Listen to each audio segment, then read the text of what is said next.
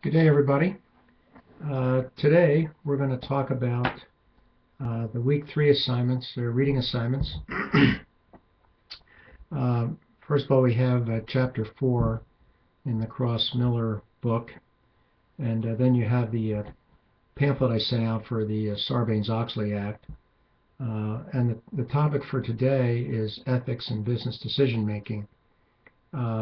This is a topic different than just your basic law, from the standpoint that you have your legal courses with their rules and regulations and whatnot, and ethics and business decision making and business ethics really bring an additional dynamic to the business world that deals with, in my mind, more the human factor of business decision making, operating a business, and so forth. Basically, ethics is the right and wrong behavior of individuals. What is right and wrong behavior of individuals? And the business ethics aspect of it then is the right or wrong behavior of individuals in the workplace.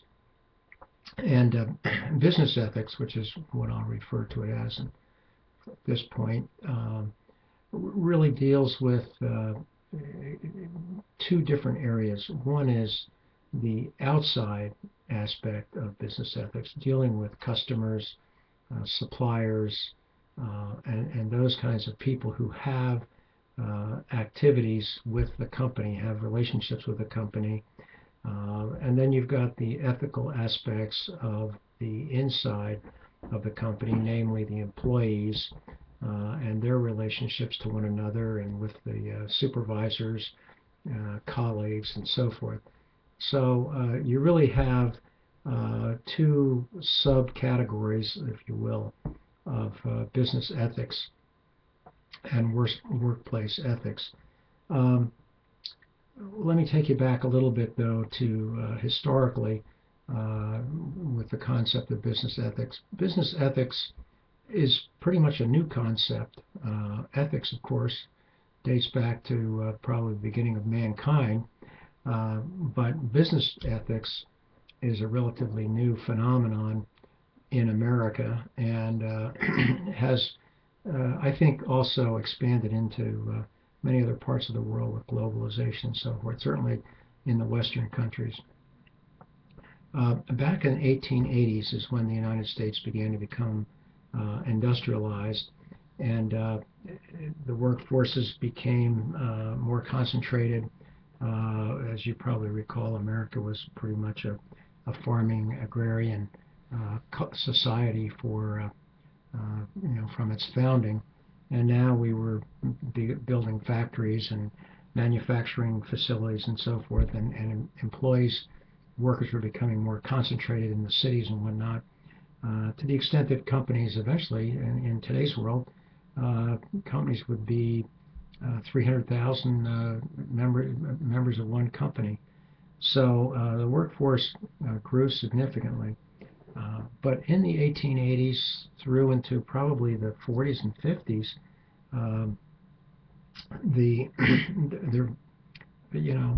sadly to say, doesn't seem possible in today's world, but there really weren't a whole lot of business ethics. In fact, you didn't have the antitrust laws until the 1920s and 30s, 34 Securities and Exchange Act. But a lot of the antitrust law did not come about for until the middle of last century. And to give you an example, John D. Rockefeller, who, as you know, was one of the wealthiest men in the country in the late 1800s, was the first oil man, believe it or not. Standard Oil was the name of his company. And believe it or not, he discovered oil in Pennsylvania, of all places. And Pennsylvania at one point was the largest producer of oil in the country. And most oil that America was using in its industrialization came from Pennsylvania. And John D. Rockefeller, through just his own drive and shrewdness and whatnot, eventually bought out almost all the small oil companies and founded and formed Standard Oil. And Standard Oil was, in reality, became a monopoly, and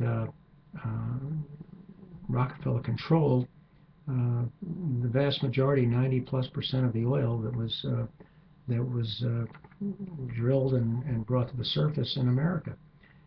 He went further than that. He began buying all the track, the railroad track, and all the railroad companies that transported the oil.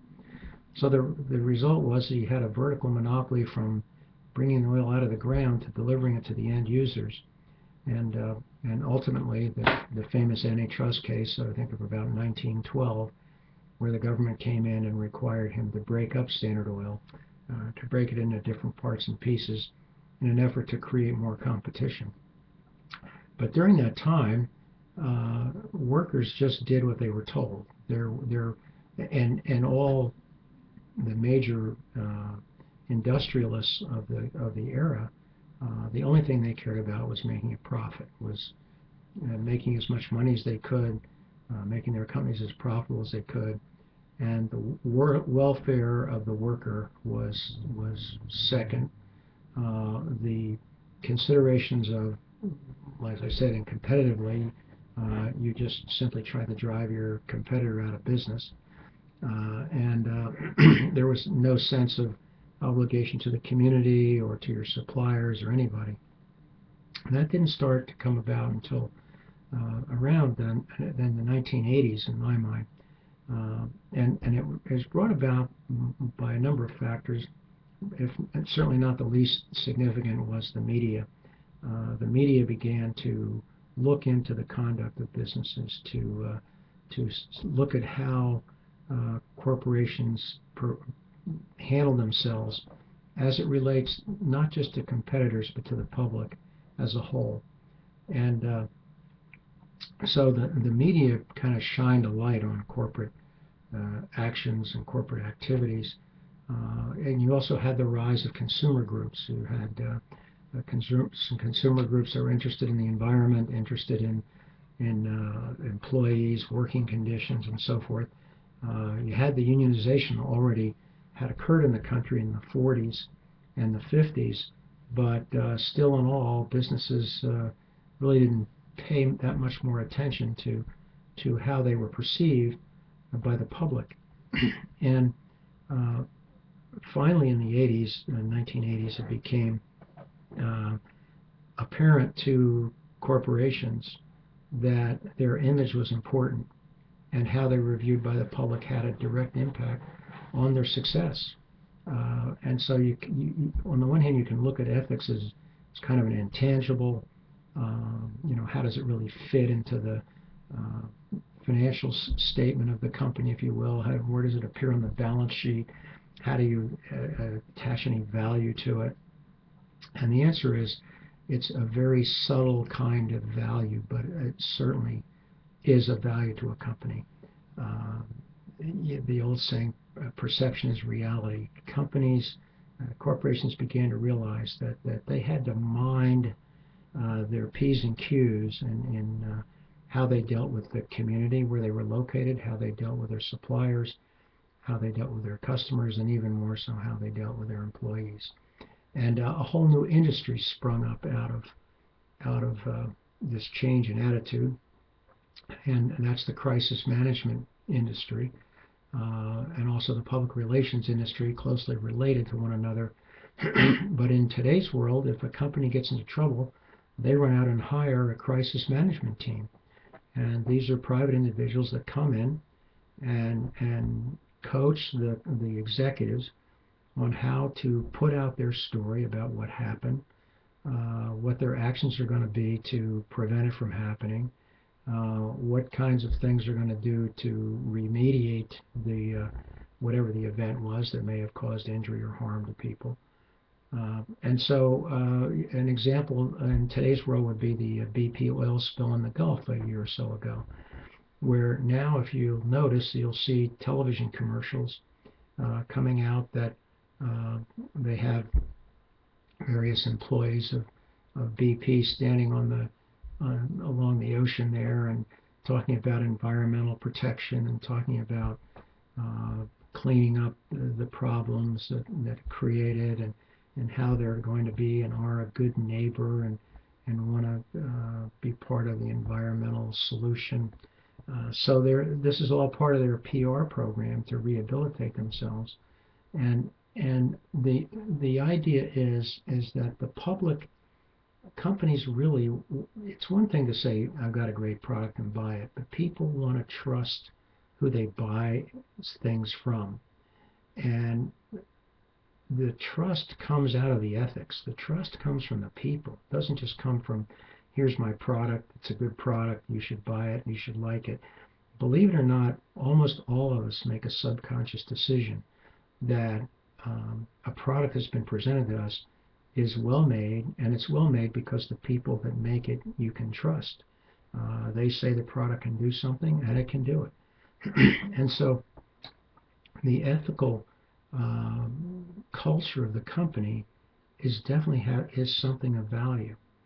And so what has occurred in today's world?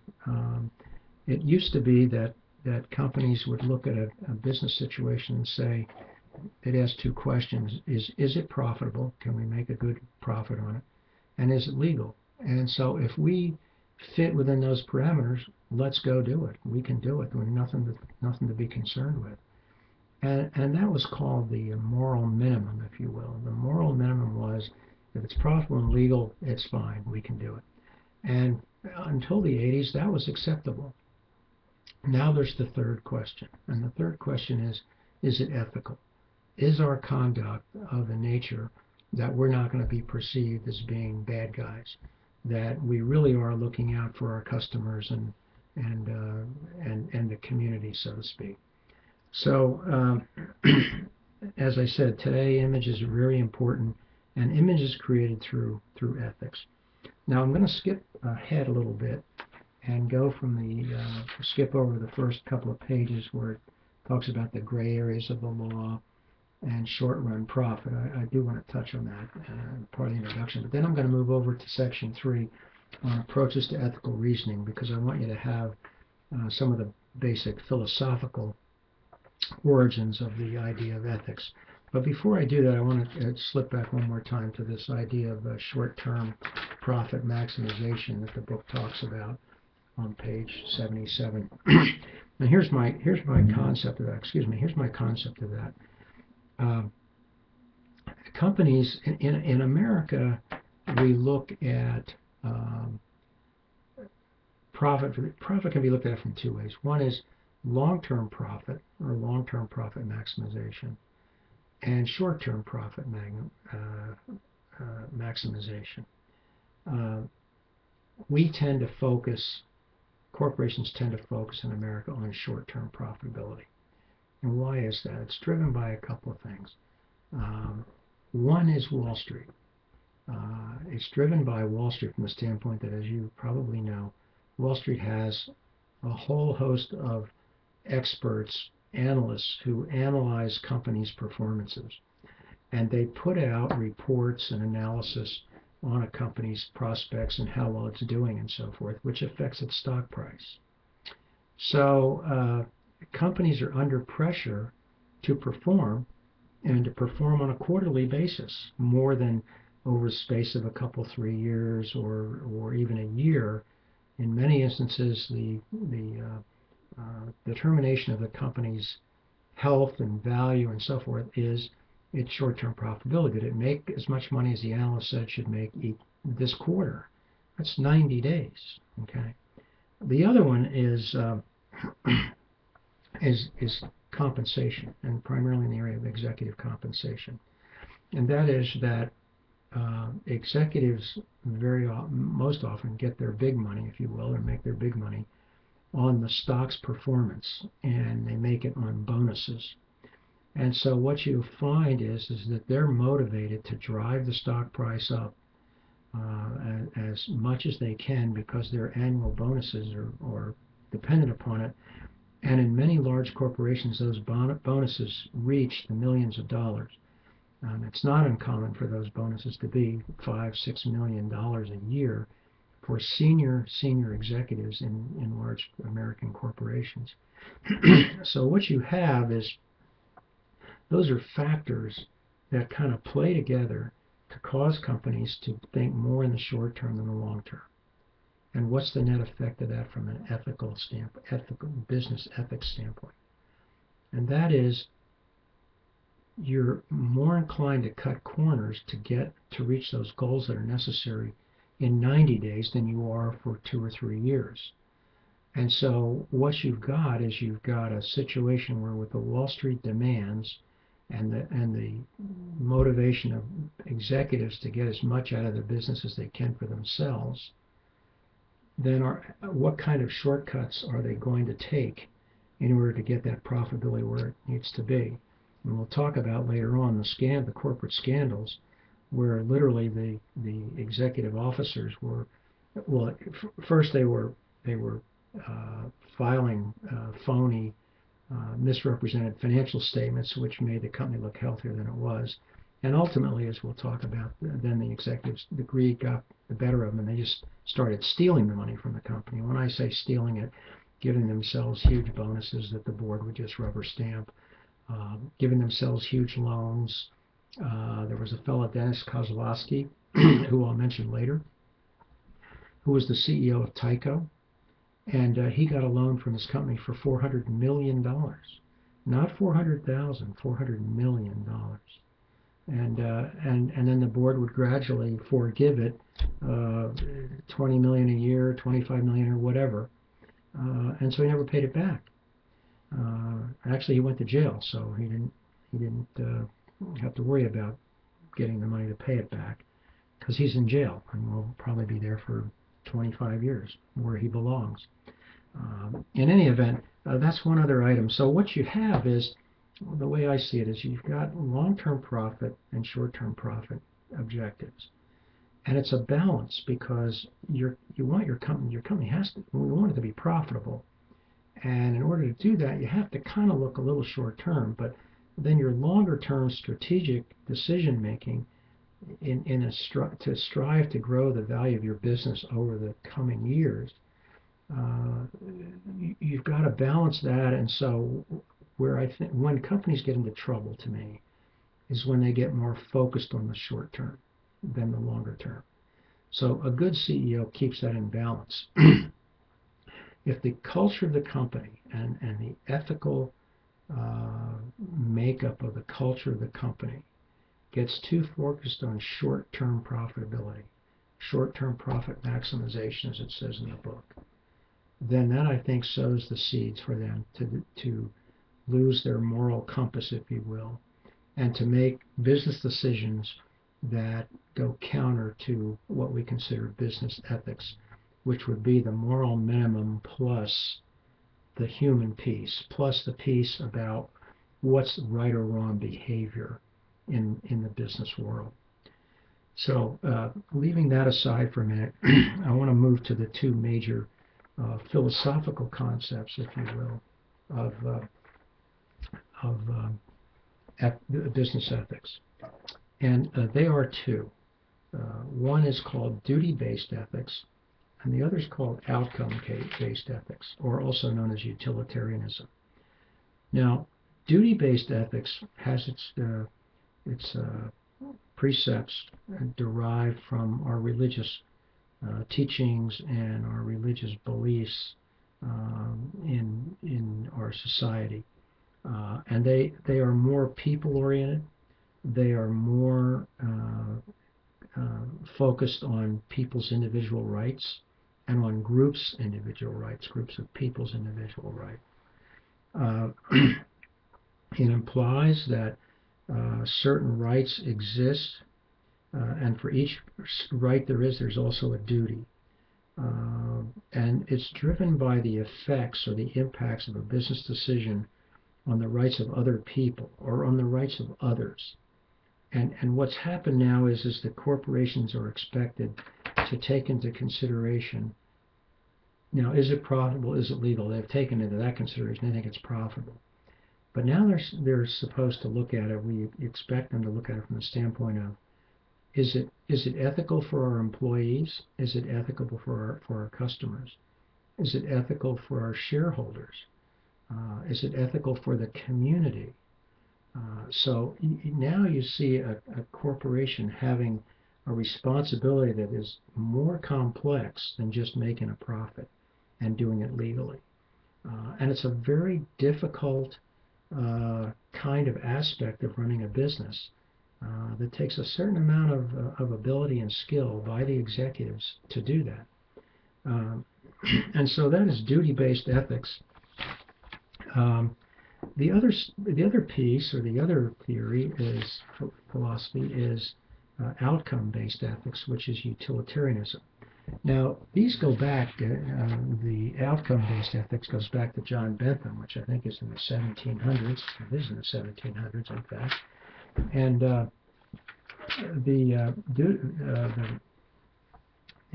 duty-based ethics goes back also into the 1700s. And these were philosophers who wrote about, because there was beginning to be some industrialization in the world in the early 1800s, not a lot, but but people were leaving the feudal system. They were gathering more in the cities, and the commerce you had going on, and the people who were developing larger businesses. And the issues arose as to, what about the people? What about, you've got a business, but what about the people? How are they to be treated? And so that's where duty-based ethics came from, that businesses had an obligation to consider other than profits and legality. Outcome-based ethics is a different approach, and probably the predominant approach in today's business world, because it focuses on the consequences of an action or of a decision of a company versus the nature of the action. In other words, is that action, the nature of the action is oftentimes based more on moral values and principles that have been pre-established through religious beliefs. And outcome basis really is, if we do this, what's going to be the outcome? What's going to be the result of that? That has been criticized as more of almost an accounting concept, where you're looking at tangible factors that completely exclude the human element. And so let me tell you what they are. This is the process that you're supposed to use if you're making a business decision, decided on ethics and decided on profits and legality, and now decided we need to look at the ethical dynamic, the ethical potential consequences of our actions. And you're supposed to look at three things. One is, who are the individuals that will be affected? Who is going to be affected? So if you're talking about closing a plant, then it's clearly going to affect your employees, and it's going to affect the community, and probably affect some of the suppliers who supply different products and services to the factory. The next thing you look at is the cost-benefit analysis. So the first step is, what individuals or what groups of people are going to be affected. Secondly, the cost-benefit, which is more the financial part. What's the cost to the company and the cost to the community, versus what's the benefit to the community, what's the benefit to the company. And that a lot of times gets quantified in dollars and cents, which those who favor duty-based ethics totally reject as a factor in making an ethical business decision. And then lastly, you're supposed to produce alternatives, that is within the confines of an outcome-based approach, and look at that and determine what produces the greatest societal utility, hence utilitarianism. But the simpler way to state it is what decision generates the greatest good for the greatest number of people. And that's what really gives it its little extra ability to make, to discount somewhat the human factor that duty-based ethics would never not recognize and would never accept as something that should be minimized in your decision-making process. And here's how I think a lot of companies look at it now. I think it's a mix, if you will, or a blend between outcome-based ethics and duty-based ethics. And this has been forced onto companies, if you will, again, by public opinion, which is shaped by the media, shaped by the consumer groups and whatnot, who get the media attention and can pick on a company. An example, which is getting way ahead, but an example is Nike and all the work that they were having done, all the manufacturing done in Mexico and also in China. And then people went over there and saw the working conditions and raised the dickens about it, and it became an ethical decision, an ethical aspect for Nike. So what I think you get now, though, is companies, because competition is so fierce, and it's global competition, I think you get companies that start off with a business decision from an outcome-based basis. In other words, a utilitarian approach to the ethical piece of the decision, of the business decision. But then I think they move over and take a look at the outcomes from a duty-based ethics standpoint. That is, they look at the human factor, but they don't emphasize it, whereas duty-based ethics, of course, emphasizes it. Duty-based ethics says you make your decision based on human needs, religious precepts of fair and equitable and so forth, and you make your decision based on people's rights, inalienable rights to life, liberty, and happiness, and so forth. You can see from the way I've talked about already that utilitarianism is a much more business-oriented, less human-oriented approach to ethics, and it's probably the one that is most commonly used. If you know, percentages are the best, like 80% of a decision is approached from an outcome-based ethics, utilitarian approach, and about 10 or 15% would be with the duty-based ethics side of it. But again, that's the effort to maintain that image and so forth. We've talked about the moral minimum. All business is regulated by laws and regulations, and what goes hand in hand with them, but it's not written into them, is the ethical aspect of a decision, of a business decision. And again, we're back to executives can decide that they want to get around this regulation or get around this law, or they want to find a gray area that they can do something which, from what they can determine from the people in their company, they can make a profit or a good profit. In those settings, a lot of times they're looking for ways to really invoke the moral minimum. But now what's happened is they run the risk that if they get caught, and if it is presented by the media and or perceived by the public to be cutting a corner that shouldn't have been cut, then they're going to suffer financially, which is a tangible. They're going to suffer tangibly for an intangible. The intangible being bringing that business ethics into play in making your decision. The other part, which the text mentions earlier, is that with all the rules and regulations, companies are uncertain as to what is ethical behavior and what's not, or what's permissible and not permissible. And basically, what you have to look at it is, the way you have to look at it is if we are conscious of fairness to all the stakeholders in a business decision, community, employees, customers, so forth, then even if it turns out we're outside the law a little bit or we messed up on the regulations somewhat, the court's going to find in our favor, or they're not going to be as tough on us, because they can see that we were aware of the ethical issue or the ethical consequences, and we did whatever we could to try to reduce the impact on people and on groups, which lends itself towards the duty-based ethics approach. An example would be your company's going to close a plant. Well, they give the people time to find another job. They assist with job training. They have an outplacement organization helping in that same way. They have severance packages. So the idea is that, is it profitable to close the plant? Absolutely. Is it legal to close the plant? Absolutely. In a free market capitalist system, if the plant's not making money, then you close the plant or you do something else. It's going to affect jobs, no question. So let's suppose it's going to affect 500 jobs. Well, they have to look at that, and as long as it appears that they're working at trying to reduce that impact, negative impact on people, the courts are generally going to be more lenient with them in terms of a breach of a regulation or a law than they would somebody who just packs up in the middle of the night and leaves. And so now the trend since the late 80s has a couple of trends. One is corporation's social responsibility. The text talks about social responsibilities of the corporation. And it's not all altruistic. They are doing it for a reason too. It's good PR. It helps them out in the eyes of the public. So they have these various charity events. They provide money for various good causes and whatnot.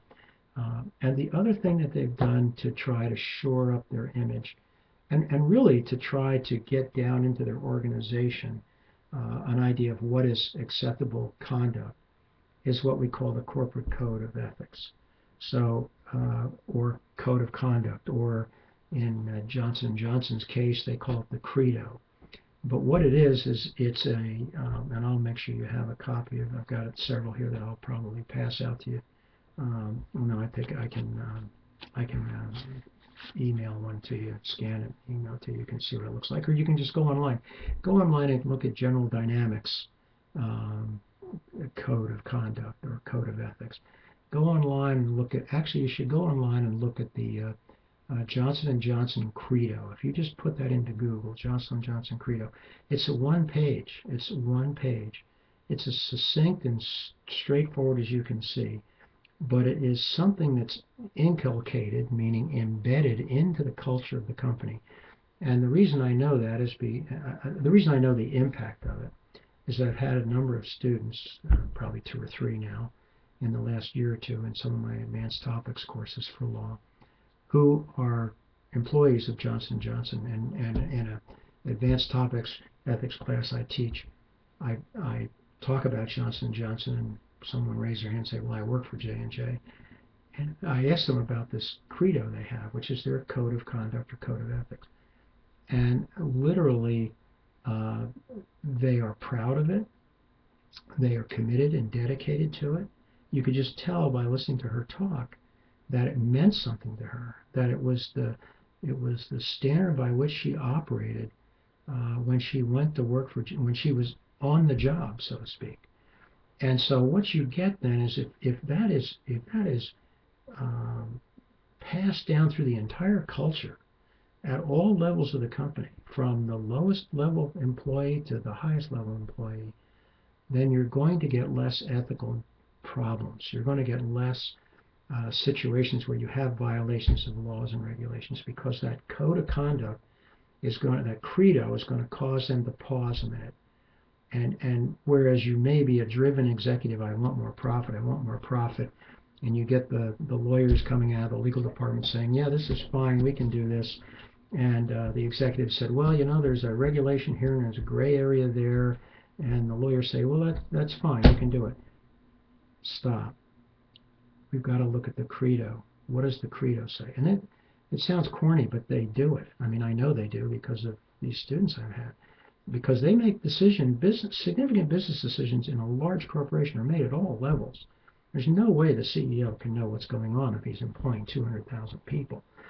And that credo is the thing that keeps them on the straight and narrow, so to speak, that prevents them from straying outside of good business ethics, and helps maintain their brand name, their image, their perception in the marketplace, and therefore drives their profits, makes them more profitable, sustains them as a long-going company. So the whole idea of these codes of conduct, or ethical codes, have become a very, very significant aspect of doing business, particularly larger companies. Okay, let me give you an example of an ethical dilemma, and we'll look at it from both a utilitarian approach or outcome approach, and we'll look at it from the duties of rights, duty-based ethics.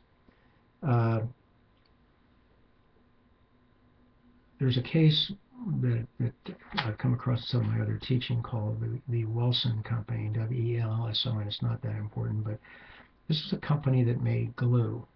And it had a good business and did business in the United States, and it did business in South America. And it got a report that youngsters in South America were sniffing this glue and dying from it.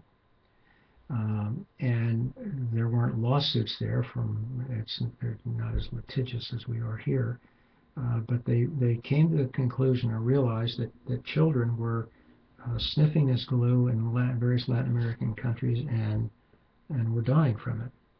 Now, in a corporation like that, what you get is you get the CEO and the chief financial officer and the head person from sales, the head person from manufacturing and production, the head person from marketing, and they're all sitting in a conference room, and somebody brings them this report, and now they have a decision to make.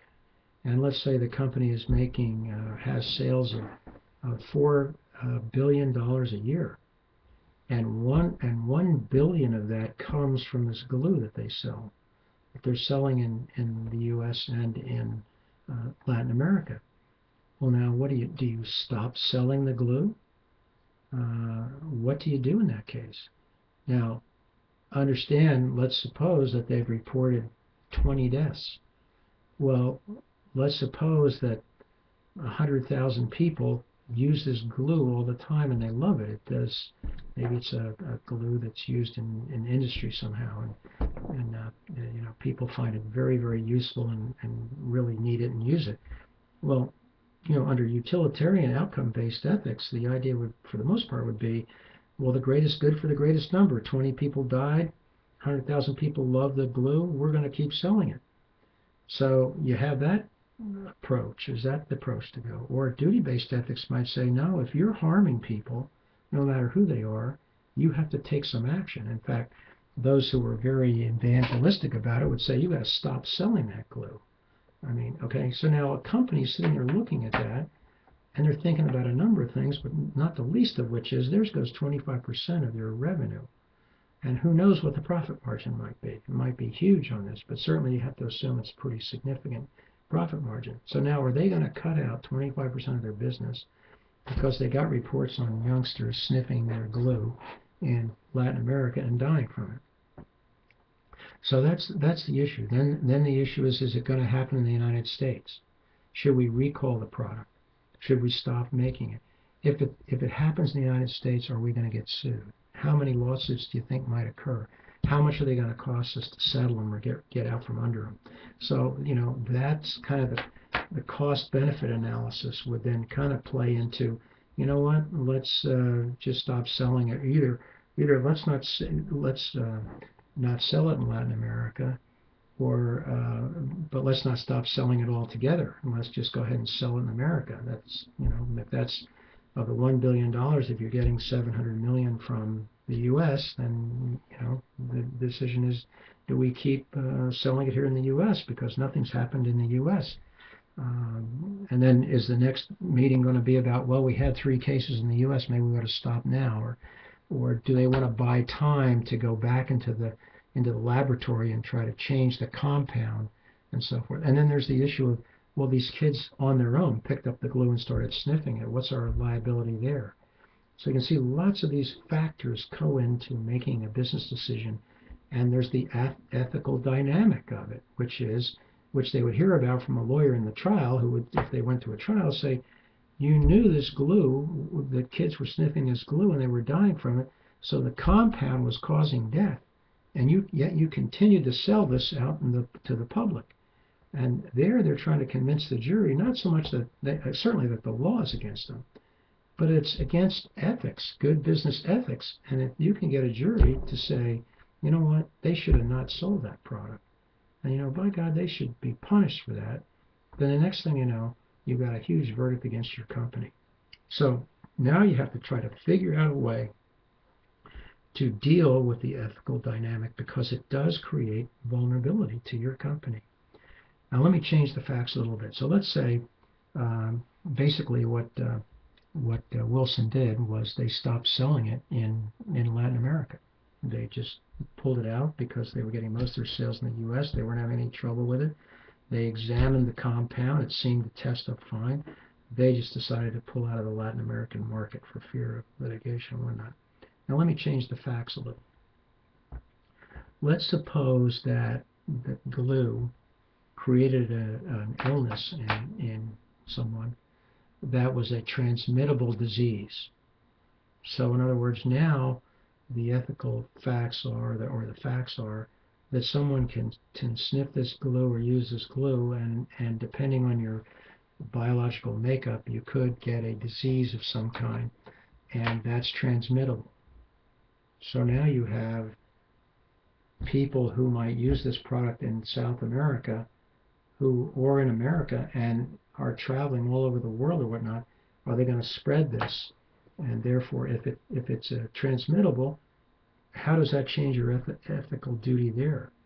And one of the things that will motivate a business executive is of course the law, the idea that there's going to be some litigation brought against you for the biggest thing is having knowledge. If you don't have knowledge, you have a little better possible defense. But if you have any kind of inclination or knowledge that you've got a product out there that's injuring people or hurting them, then you darn well better push the ethics piece up to the front and say it's time to do something positive to deal with this issue. Either stop selling it, change its price, its makeup, recall it, whatever it might be. But it's time to move to get us out from under this potential liability. Okay, let me move on here to the aspect where American, I'm going to call them Western or American ethical ideas, have now begun to move out of the U.S. itself and into the world. Excuse me.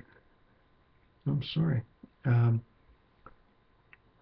One of the things that interest groups have brought about in human rights groups, and there's another big motivator, human rights groups. So if they get a company in their sights for whatever reason, they can create problems for that company's perception to the public. And companies are very, very alert to that. And so one of the things that popped up in the last 10 years or so is all the manufacturing being done in Taiwan and Indonesia and China, of course, down in Mexico as well. And a lot of these human rights groups started looking at the working conditions down there and found them to be horrible. People were getting paid $1 a day. The restrooms were filthy and a mess or non-existent. You went out and found a ditch. The health care was nothing. It was unsanitary. They worked 15 hours a day. They got paid $1 a day, that kind of stuff. And so pretty soon, these human rights groups and consumer groups and others, watchdog groups, came in and started attacking these companies for their human rights policies. Even though they had contracted with the manufacturer in China, and he was running this kind of shop, they were being tarnished by that brush because they were giving him the business. Now understand that the labor costs in the U.S. are significantly higher. Excuse me. I'm sorry. Are significantly higher than they are in China. So whereas here you might be paying a worker $12 an hour, in China you're paying them $1 an hour. So that then translates into enormous profits for Nike. And so Nike was forced to make a decision that was driven of the three items. Okay, of the three items, it was profitable, it was legal in the United States, and who cares about Chinese law? But it was not ethical. It was not ethical as we view, as the customers, being all of us in the United States, as we viewed it, we said that's unethical. And so Nike now had to do something.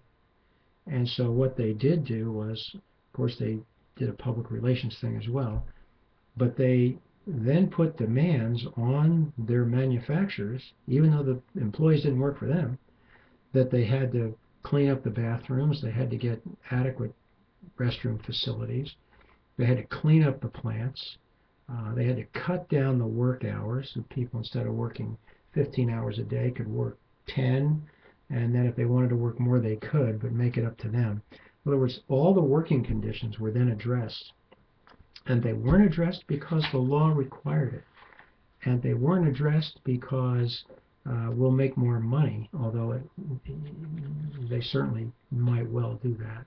They were addressed because of the ethical considerations, and that's proof positive of how important business ethics have become in the country. Now, there's another statute I'd like you to be aware of called the Foreign Corrupt Practices Act, the FCPA, if you will, but just recall it as the Foreign Corrupt Practices Act, passed by Congress in 1977. And that was at the beginning of globalization. And what came to light there is that in many countries, they still have very few ethics. And it's an interesting issue in terms of maybe Western versus Eastern cultures and religious beliefs in one thing or another, but certainly ethics were not.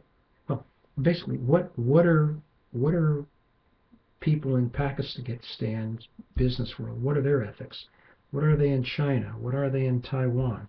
What are they in South Korea? They are definitely not going to be a mirror image of what we see as ethics. Okay, we've got that Western religious culture foundation that transcends the entire society and culture in the U.S. So what you find is, in order to get something done in India, and I know this through clients and whatnot, you have to pay somebody. So you have to pay somebody in the government to make sure your applications and license applications move through the system. You have to pay somebody to get permits and approvals for one thing or another. And so what they found is that large multinational corporations of the United States, U.S. companies, were paying bribes to officials to get favorable treatment in various types of things, be it licenses to do things there, to permits to put up factories, factories that would never meet U.S. standards, a whole host of things.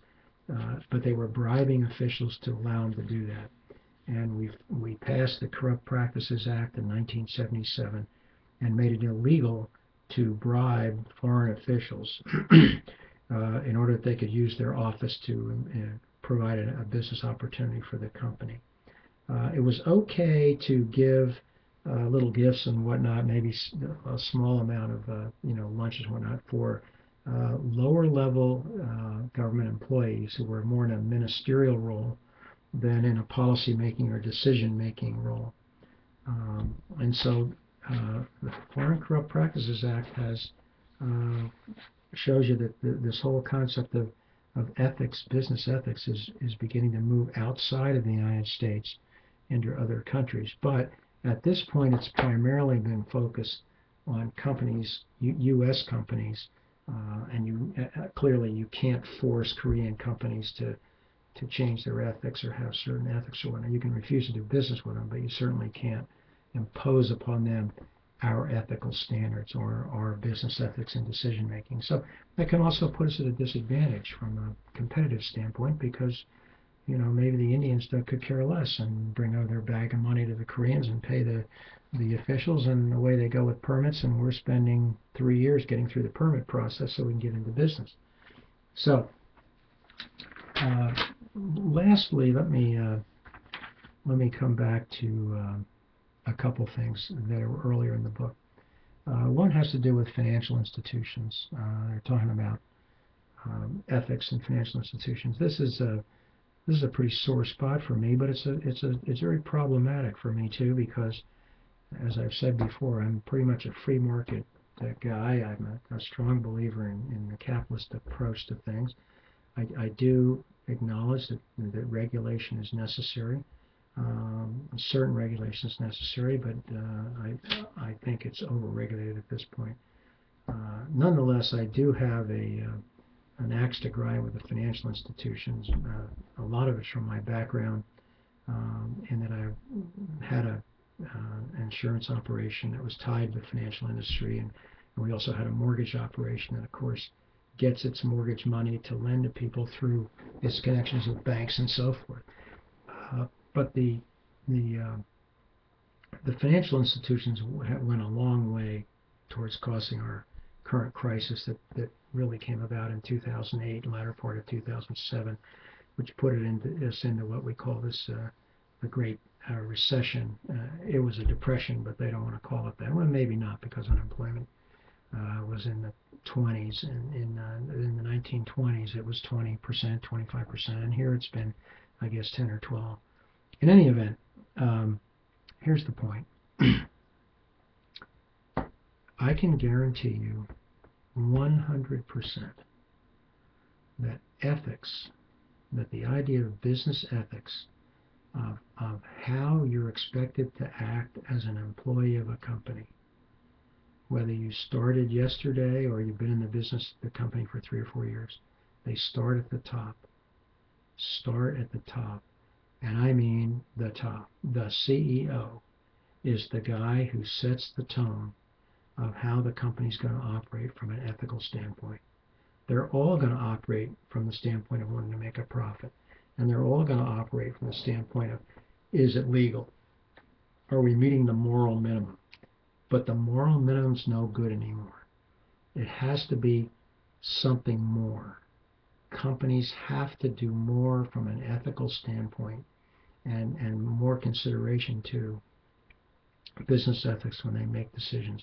And this goes, it comes down through the company to the lowest level employee. And what are corporations doing now? They're doing training programs, ethics trainings programs for their employees so they understand it. They put out their code of conduct, or like the J&J Credo, and they make employees study it. They make them read it and study it, and they have sessions that you don't have to sit there and recite it, but they want you to be able to put everything you do in your work life in the context of that code of conduct or code of ethics. And so almost all major corporations now have them. And they do them for 2 reasons. One, if the CEO is committed to this, and many of them are, I'd say a large measure of them are, it also helps them with respect to litigation matters, because, as you know, companies are getting sued all the time, big companies, because they're a target defendant. They have money, so they get sued all the time. And they get sued over employee issues, they get sued over customer issues. And so if the company has a code of conduct or code of ethics, if the person that committed this act has been fired immediately and they've been admonished for going outside the codes of conduct, at least it gives the company a little bit of a shot at defending itself from whatever the conduct was that occurred through the company.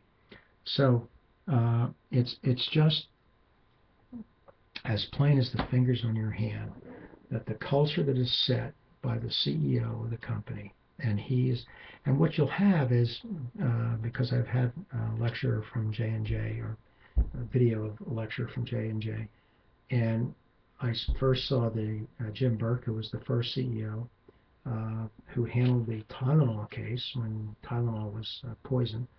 The more recent CEO, listened to them both talk, and that is a cornerstone of them running that business.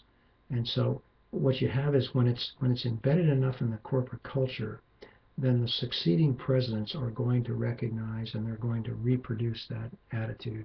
They're not really, a board of directors is in all likelihood not going to hire somebody who they have reservations about in terms of being an ethical person. They want people who have bought into the J&J Code of Conduct. And so that is what filters down through a large corporation. Now, every company, even if it's got 2 or 3 employees, has a culture. And where it's most, where the culture and the business ethics become extremely open and visible is with smaller companies, because generally speaking, I'm talking of ones where you have an owner who's the manager, and so the other employees are going to take their lead from that manager, from that owner. And so if he is in the process of doing things that raise issues about his ethical behavior, other people are going to think it's okay to act that way themselves. So if he's cutting corners and he's doing things that the employees can see, there's every reason to believe it's going to happen with other people in the company. So what's the effect? Well, the effect is, a salesman cheats on his expense report because he saw his manager cheat on the expense report, or a salesman quotes a price and then changes it later on shipment because he's seen two other salesmen do it, or one of the salesmen told him to do it. And the supervisor knew it, but they were making their numbers and they were getting the sales they wanted, so he just turned a blind eye. So at these smaller level companies, again, because it comes from the top, the company needs to be aware, and the owner or manager needs to be aware that if he wants to run a good business, he's got a lot at risk if he doesn't use that third dynamic of what's the ethical aspect of this, and how are we going to look, and that sort of thing. Okay? So I think I've pretty well covered everything I want to on the idea of business ethics. And now I want to turn to probably almost like a case study, which is the, let me see how much time I've got in here, which is the corporate scandals and the Sarbanes-Oxley. So I want to talk about that. Okay, so what I want you to do is to get out and have in front of you this little diagram I sent you. And I'm going to take you through it because I'm going to use this to give you the background of Sarbanes-Oxley. And I uniformly, to every class I've ever done this with, they end up shaking their heads when they see what this diagram means and what it stands for. And I just threw this up on a board one day, and I've never reduced it to a fancy PowerPoint or whatnot, but just because I like to draw, I guess. But it says it all, and you'll clearly understand what's going on. Now, the first thing I want you to do in your mind's eye is take out these dashed boxes and look at it as if they aren't there. They aren't there at all. Just the 6, 7 circles that I show there, okay? That's all I want you to look at. Now, the primary circle is in the middle. That's the company. You'll see in the right top center, company with directors and officers. Okay, that's the company. You'll notice all the arrows point into the company, and the reason they do is that all of these circles indicating separate different entities derive benefit from that company, meaning they get paid. They get money from that company. Okay? Also consider that I'm talking about public companies. All right? Not private companies, but public companies, because that's what the scandal is all about, public companies. All right? Now, let me tell you how this works. A little more piece of background. I'll try not to take too long with it. Public companies go public for one primary reason. And the reason they go public is once they are a public company, then they have to file their financial statements in great detail with the Securities and Exchange Commission. The Securities Exchange Commission is the government watchdog over the financial health of all public companies in the country. Okay, and that's companies on the Dow Jones companies on the New York Stock Exchange, the NASDAQ exchange. All those public companies must file statements with the Securities and Exchange Commission about their financial health. And why is that? It's because these companies have a need for and want to raise more money to grow their businesses. And banks by themselves are not large enough or have the financial wherewithal to give this money to these companies in the sizes that they need it. So they go into what's known as the capital markets. And the capital markets allow them to do one of two things. Either they issue bonds to the world. So bonds are bought by big pension plans, they're bought by insurance companies, they're bought by mutual funds, and it allows a company to raise $50, $100, $200 million to use in growing its business. So companies go public to go out into the capital markets to borrow money or raise money, and they raise the money by selling their stock.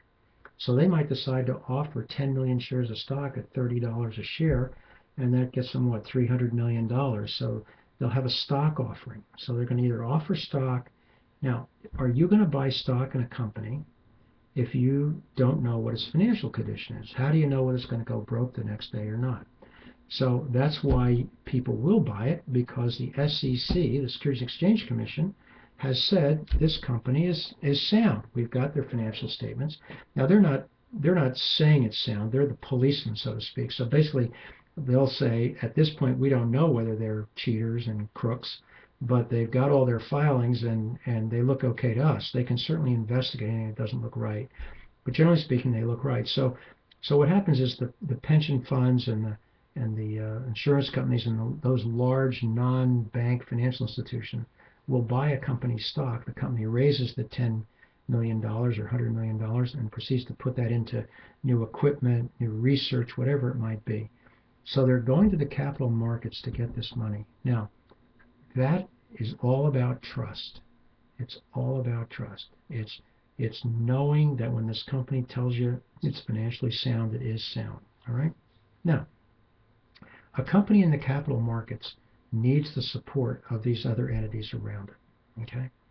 So if you look in the upper right-hand corner, you'll see where I have CPAs, auditors, and accountants. Right? Now, in order for a company to file its financial statement, which is called a 10K rather, a 10K. If you know, K often stands for 1,000, so the K is used to denote a year.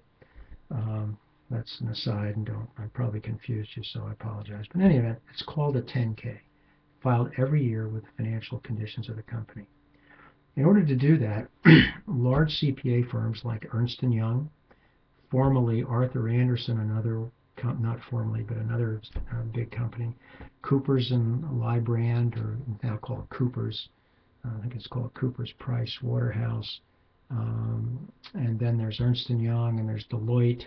There's only about 3 or 4 left. There used to be the big 8 accounting firms in the country years ago, probably long before some of you all were born. Then it went down to 6, and then it became 4. And now with Arthur Andersen having gone under and gone away, there's 3 major ones: Ernst Young, Deloitte, and Coopers. And they are big, mammoth accounting firms, and they control, for the most part, the business of the major public corporations in the United States. And so they go in and audit the financial statements and the financial transactions of the company. And this audits look to see that nobody's stealing the money, that if the company says it's got $300 million in cash, it's got $300 million of cash in the bank. It sends around statements to the various banks saying, please verify that this account has X number of dollars. So the auditors do the audit, report back to the accounting firm, to the Ernst & Youngs, and they come back with a clean audit. So they certify that this information is correct. And they get paid a healthy fee for that, a big fee. Okay. Give you an example, Enron, which is what we'll talk about in a moment. Enron was paying Arthur Andersen $52 million a year to be their auditors. That's $1 million a month. $52 million a year. That's a decent sized account, wouldn't you say?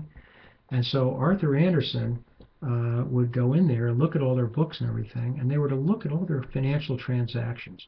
What did their contract say? When did a contract say they'd earned the money from the contract? In other words, what could they count as earnings, and what did they have to count as potential earnings in the future? So Arthur Andersen did that for Enron.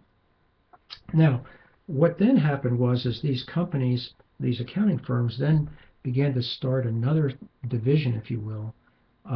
They're consulting advisors, which is down below the accounting firm. They were the consulting advisors, okay?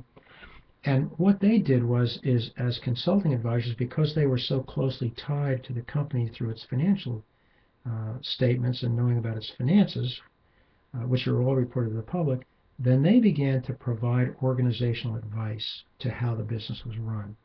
They began to develop experts in all the various types of industries, healthcare, manufacturing, whatever. And they would assist with business strategies. Okay, they would consult with the company for business strategies, and they would say, well, it might be a good time to do an acquisition. Or they might say, this company over here looks like it would be a good fit for you guys, and we think if you went together and so forth. So they had the ability to influence the CEO and the board of directors on a business strategy. So they would get into the middle of the corporation's plans and so forth and provide them and urge them these are ways to go. Okay, so there's those two entities right there. Now below the company, you'll see under the company directors officers is the investment bankers. Now what do the investment bankers do? The investment bankers are the ones who raise the money. Okay, so they go out and they meet that with a corporation, with the officers and the directors. And one of our strategies is we want to buy this company that was recommended by our consulting firm through Arthur Andersen. We want to buy this company, but we need $100 million to buy the company. We need you to help us raise the money. So the investment bankers go out and they put together a bond offering. Okay, and they say to the world, to the financial world, we're working with Enron here to make an offering to the general public, which would be insurance companies, pension funds, individuals like you and me. If we have a mutual fund, would be a potential buyer. We're going to issue bonds, and we're going to underwrite the bonds. And underwriting means this: first, they're going to stand behind the financial statements that have come from the accounting firm. Secondly, when they do underwriting also, sometimes they'll use what's known as a best efforts approach, meaning the investment bankers will say, if you're trying to sell $100 million worth of stock, worth of bonds, and you can only sell 90 million, we'll buy the other 10 million, and then we'll go out and sell them at a later time. So that's underwriting. They'll underwrite. They do it with a stock offering too. You want to sell 100 million shares of stock, and only 90 million get bought. We'll buy the rest. That way you get your $100 million. Now, you can imagine they get one sizable fee off of this. And these fees will run anywhere from $3 to $5 million to do a bond underwriting. Okay, so the investment bankers do that for the company. Now let's go over here. To the left of them is the analysts and the company, and the analysts of the company's performance and its value. Okay, so these are the guys on Wall Street these are all Wall Street firms. The investment bankers and the analysts work together, and these two sides of the house, if you will. So you'll have a Merrill Lynch, you'll have a Goldman Sachs, you'll have a Solomon Brothers. You'll see their names up there. They have these two divisions. All right, so they have the investment banking side and they have the analyst side, who analyze stock and put out reports on the value of the company and how it's doing in one thing or another. So they've got both these pieces together. All right. Now, the left circle, as you can see, is the attorneys. And the attorneys are there to give advice to the corporation. And in this case, in the Enron case, they had a Houston law firm, Austin and Elkins, or some such a name.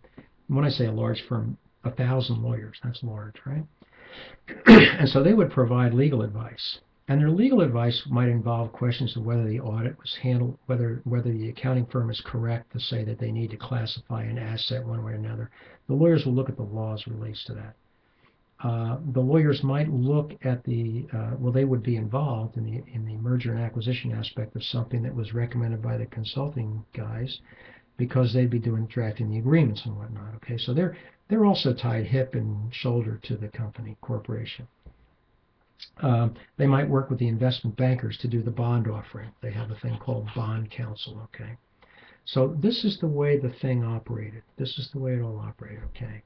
Now, where's the problems? Where are the problems? And then last but not least, down here you have what we call the rating agencies.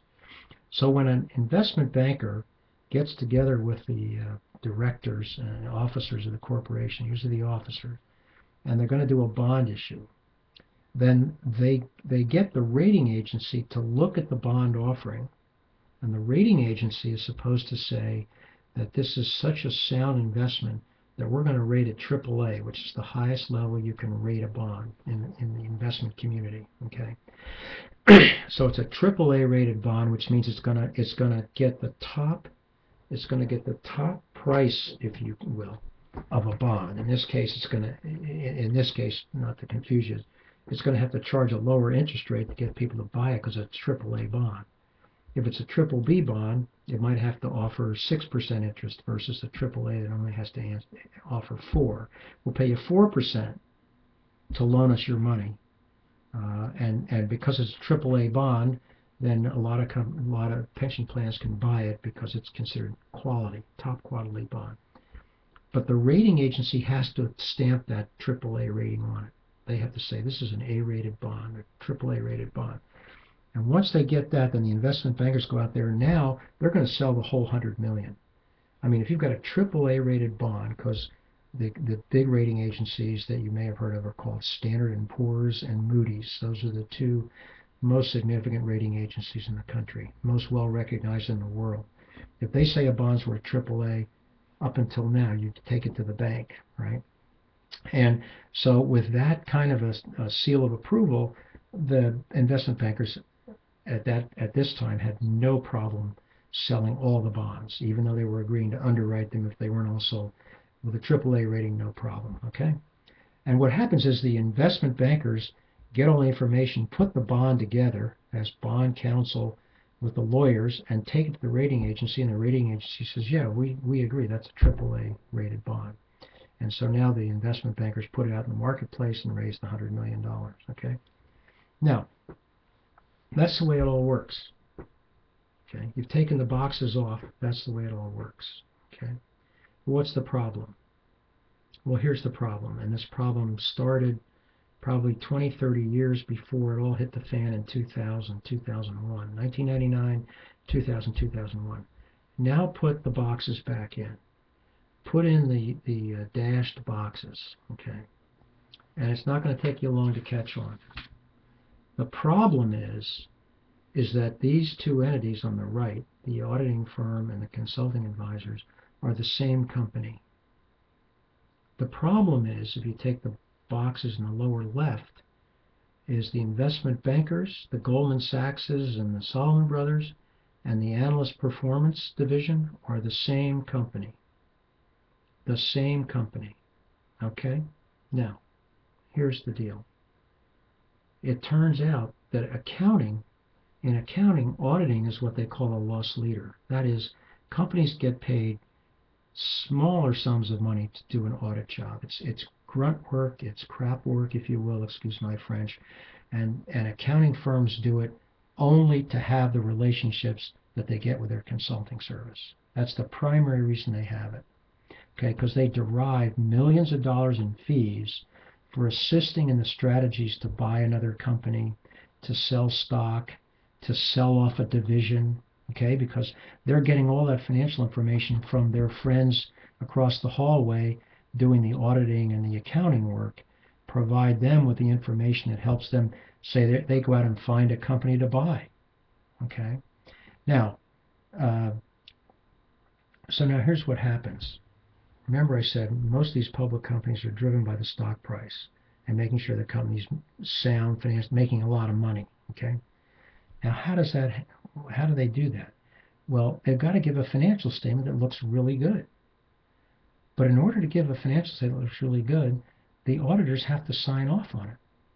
So what happens is the company may say, well, we want to recognize this revenue right now. And the auditors might say, well, no, because you should only recognize 1/5 because it's a 5-year deal, 5-year contract, 5-year payment. And the CEO of the company says, no, we want to recognize the whole $5 million now. And he gives some reason why it is, okay? And so now the auditors say, we're going to fight you on that. And the CEO calls up his pal at the consulting advisor's side here and says, you know what?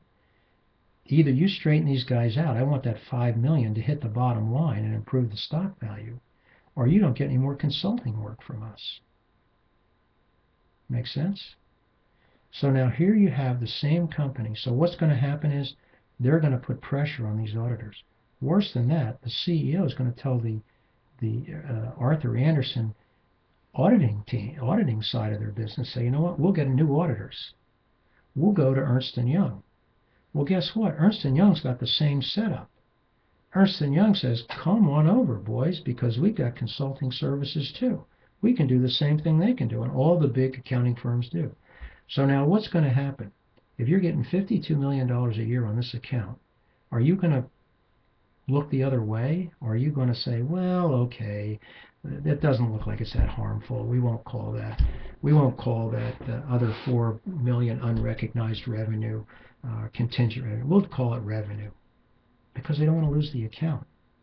So they're getting heat from the CEO who wants the stock price to go up because he gets more bonus, and you're getting heat from the consulting people who are saying you're going to screw us out of foreign. These guys are about to do an acquisition that we're advising on that's worth $5 million in fees to our consulting side of our house, and you guys are going to kick them in the rear end on classification of assets. It's going to show the company losing money instead of making money. What's the matter with you guys? Okay. By the way, there's an ethical consideration, right? Well, there was supposed to be, but there wasn't. Didn't take place. No such thing. Okay. So here you go with your little box here, right? You see that? So you've got condition, the financial condition soundness of the company comes from the CPA firm, which gets its information here, and then it certifies the company sound.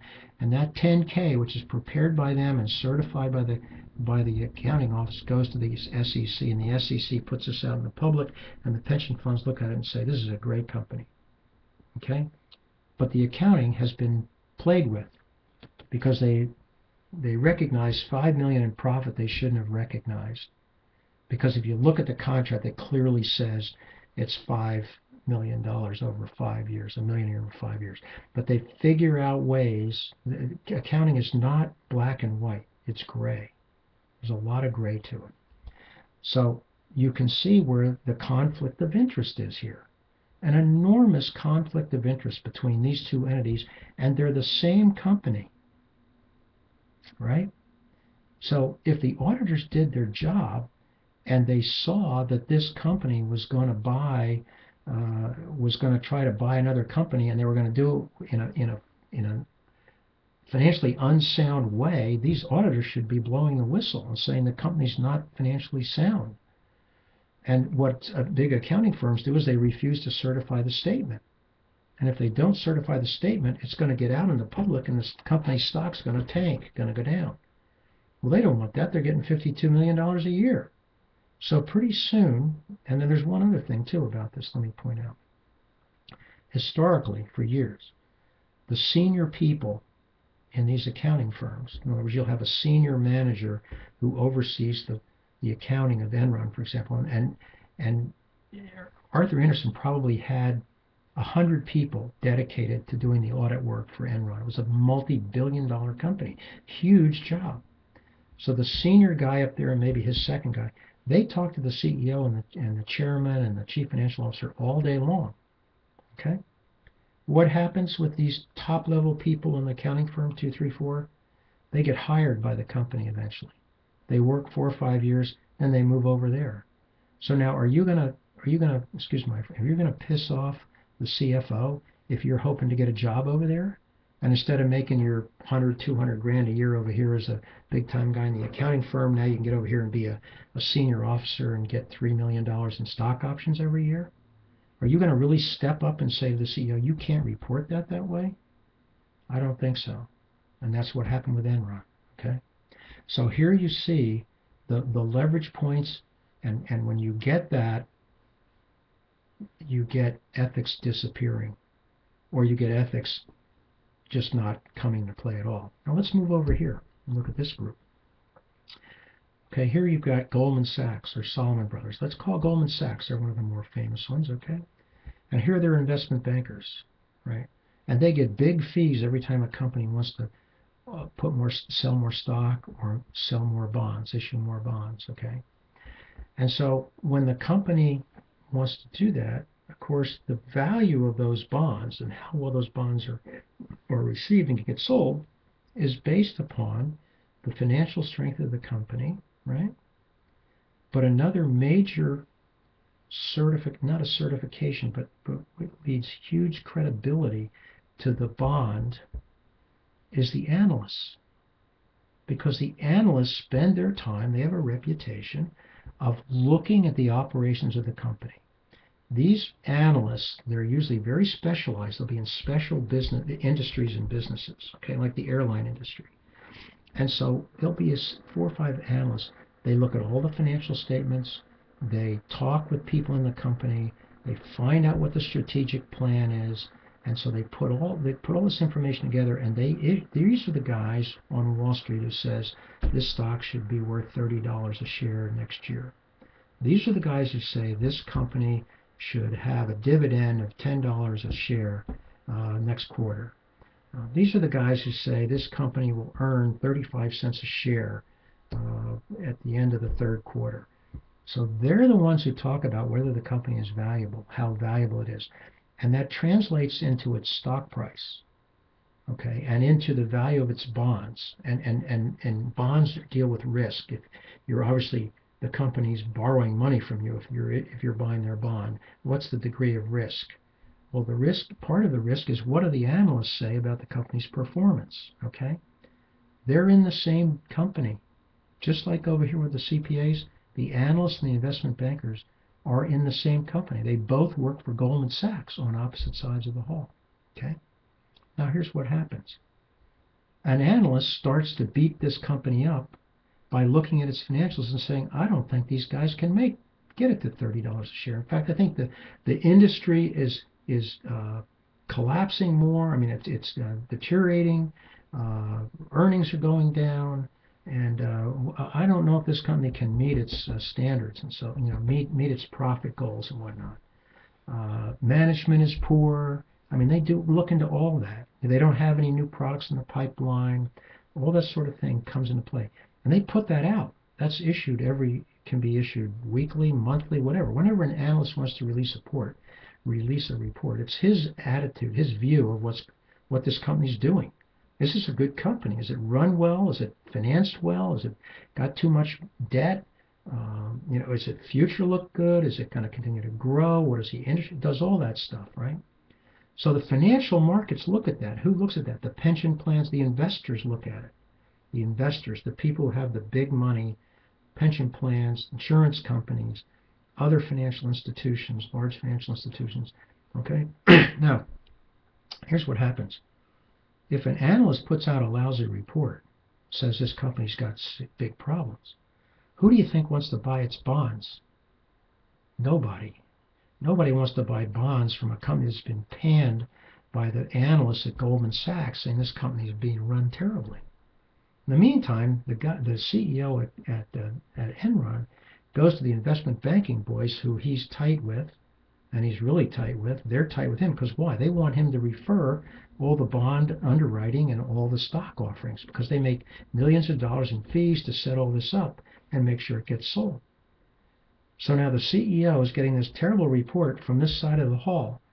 He goes down here to the investment banker and said, you got your last $100 million bond offering from us where you were going to make $5 million. We're not going to give it to you because your pal over here across the hall beat the hell out of our stock and it's down 20%. So what do you think's going to happen? The investment banker walks across the hall and says, I'm going to kick your butt down the street because if you put out a report like that, I'm going to lose a $4 million fee. It's worse than that because all that has to happen is for one of these guys to go to the CEO of Goldman Sachs, and what do you think he's going to say? Now his whole company, Goldman Sachs, might lose a $4 million fee. So he's going to say, you figure out a way, or I better see no more crappy financial reports or financial analysis of the performance that's coming from you, because they're our best client for investment banking. Okay, so now they're here together. Same company. This guy's job is to say whether the company performs or not. This guy's job is to help him raise money. This guy's job is to say whether it's financially sound, and this guy's job is to find more business for them to buy or to sell so he can get his fee. So see these two boxes? Incredible conflicts of interest, right? And it gets worse. If you see down here, I mentioned the rating agencies. Well, they make money by rating the bonds. So if you want to rate bonds that come from Enron through the investment banking firm of, let's say, Goldman Sachs, you better come up with a good rating or you're not going to get bonds to rate. You get a fee to rate these bonds. So now the rating agencies, and they played a major role in the mortgage meltdown, which I could spend a long time telling you about that one too. But they played a major role there. But here, but they got off of this unscathed with Sarbanes-Oxley. They got away unscathed on this. They shouldn't have, but they did. It wasn't as horrible as what they did in the mortgage meltdown business. But here, they get pressure from the investment bankers. If you want more business from us, you better find these as AAA rated bonds. And trust me, they do it, or they were doing it. Okay. So you can see where it comes from. Investment bankers, they want the business. They don't want a poor report. Okay. Not to mention, if they want to sell the bonds at the best possible price, this analyst has to say this company is fabulous. They're making millions. Buy their bonds. They're great. They're the best bonds on the street. This company is a wonderful company. And now the investment banker goes out there and he sells so many bonds that it's oversubscribed, and the company says fabulous and we'll take the extra money, and the investment banker makes another $1 million on top of that. Because this analyst said, what a stock. It's good. You've heard the term touting stock. In effect, that's what it is, only on a more sophisticated basis. Because the financial markets, the capital markets, that is the banks, the other large companies have huge sums of cash, and they invest in these other companies. So they're the ones that will put the 10 or 15 million into a company that is growing, that it wants to buy another company or wants to raise capital to do more research or expand to another country. And so they buy that bond off of the analysis from the Goldman Sachs analyst. Okay? So there you are. That's what was going on, and that's what caused the corporate scandals of 2001. 1999, 2000, 2001. That's what brought these corporate scandals on, because everybody was getting rich, everybody was making a ton of money. It was an inside job, and nobody had any ethics. They were just making money and making lots of money. And so, and then of course, what these guys were doing, what the officers and directors of the officers of the corporation were doing, is they were cooking the books too. In other words, they were doing internal accounting shenanigans, and then when they presented it, they kind of dolled it up. And when they presented it to the auditors, and the auditors came and looked at it, and if an auditor raised a question, they say, no, this. Well, let me bring our accounting guys in here and tell you. And by that time, again, because accounting is gray, many parts of accounting with respect to this level of financing is very, very gray. It's subject to interpretation. There's a thing called FASB, Financial Accounting, Fair Accounting Standards Board, FASB, and it issues rulings about how you treat various things, how you treat assets, how you treat a contract, and with revenue supposed to be coming in over a period of time, when you can take the revenue into earnings versus a contingent earning.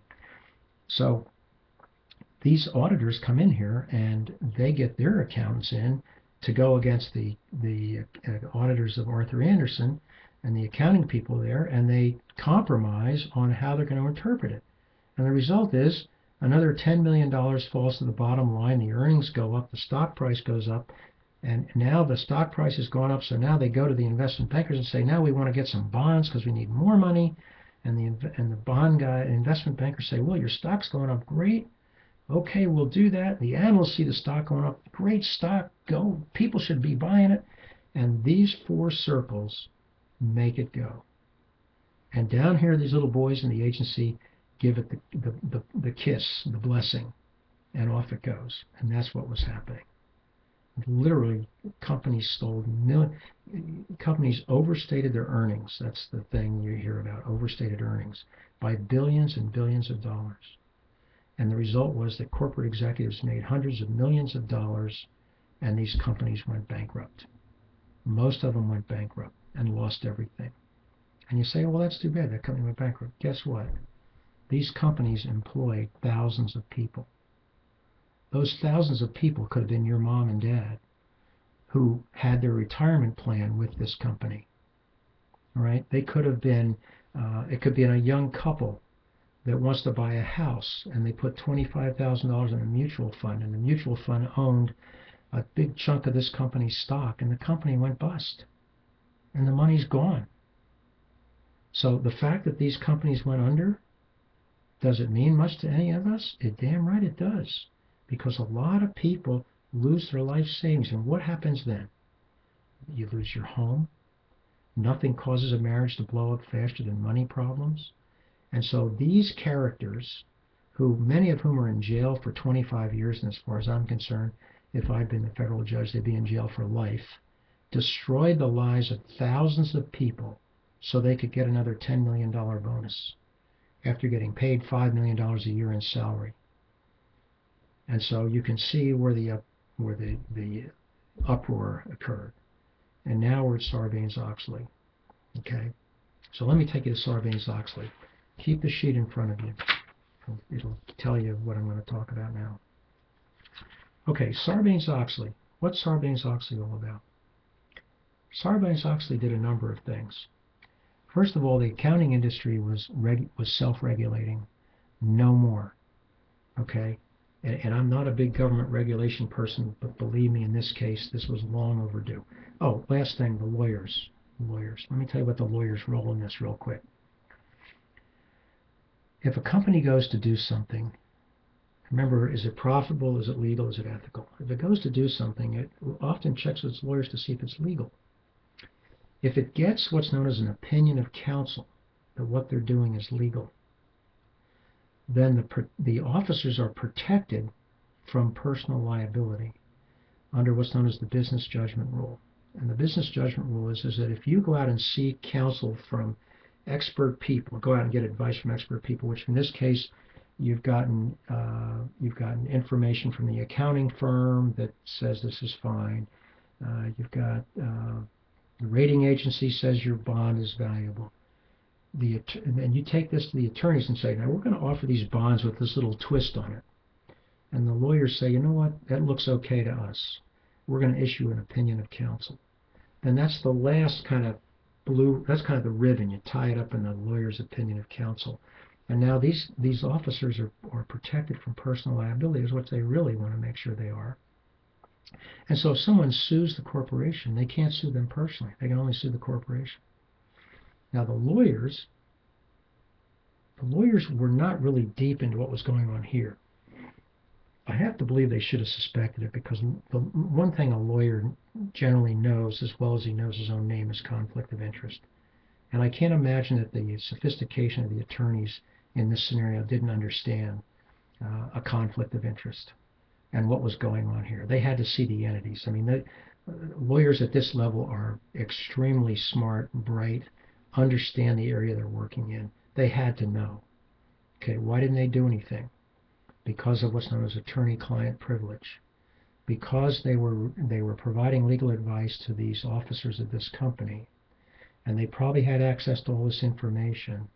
Once it's disclosed to them through their attorney-client relationship, they must keep it confidential. Unless someone tells a lawyer, I'm going to go down the street and kill my neighbor tomorrow, you cannot repeat what a client has told you. It's the most sacred principle in the profession of law. The idea being that a client can tell you anything they want, knowing it's going to be kept confidential. I know things from my law practice about businessmen that my wife knows or knew. I know things about their wives with respect to the business relationship that I have never told my wife and never would. And I know, and would they be great items of gossip? You bet. But you know what? That's not the way we're trained. We're trained that if you tell me something and tell me to keep it in strictest confidence, it will. And you don't even have to say that if you're my client. If you're my client, you don't have to say it, and few clients do. And particularly my business clients, they know. They don't even have to bring it up. You talk to your lawyer, you have total trust. Now, where that was a bit of a problem was that if these lawyers saw it, they didn't blow the whistle. Now, there's another reason why they didn't blow the whistle. So they're not the cleanest guys in town either. They didn't blow the whistle because they were making big fees.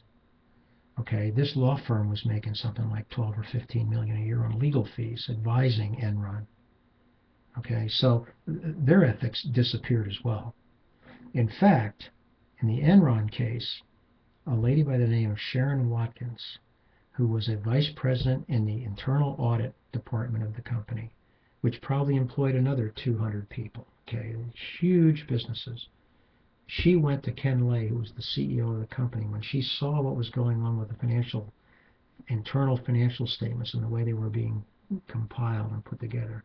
And she knew it was a house of cards. She knew it was a phony, it was smoke and mirrors. And she went to Ken Lay and told him, at the risk of her job, okay, and he looked at her and said, well, I'll look into it.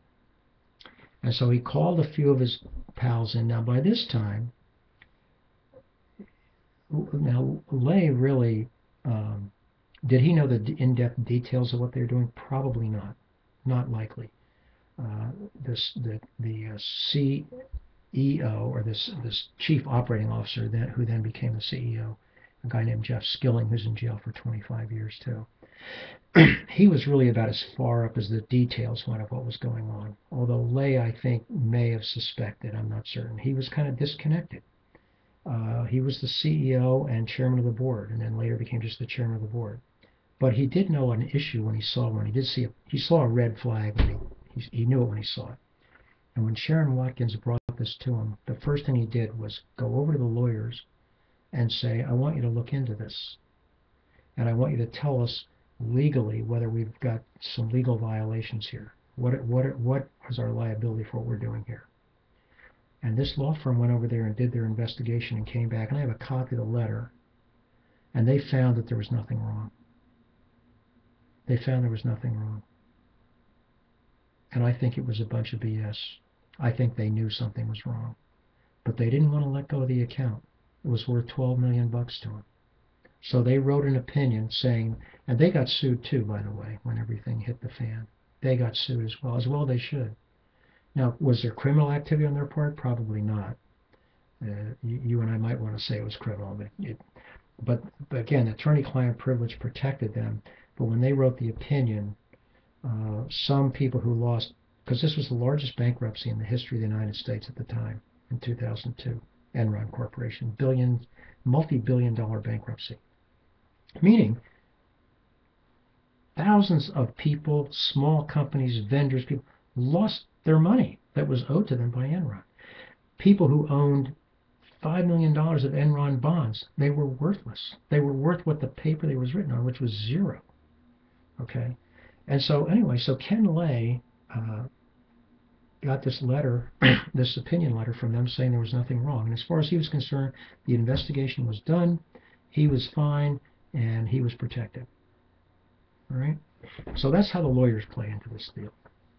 Now here's what they did. Here's what Sarbanes-Oxley did. First thing it did was it created this Public Company Accounting Oversight Board, whose job it is to oversee, really what it's overseeing is that these boxes don't reappear.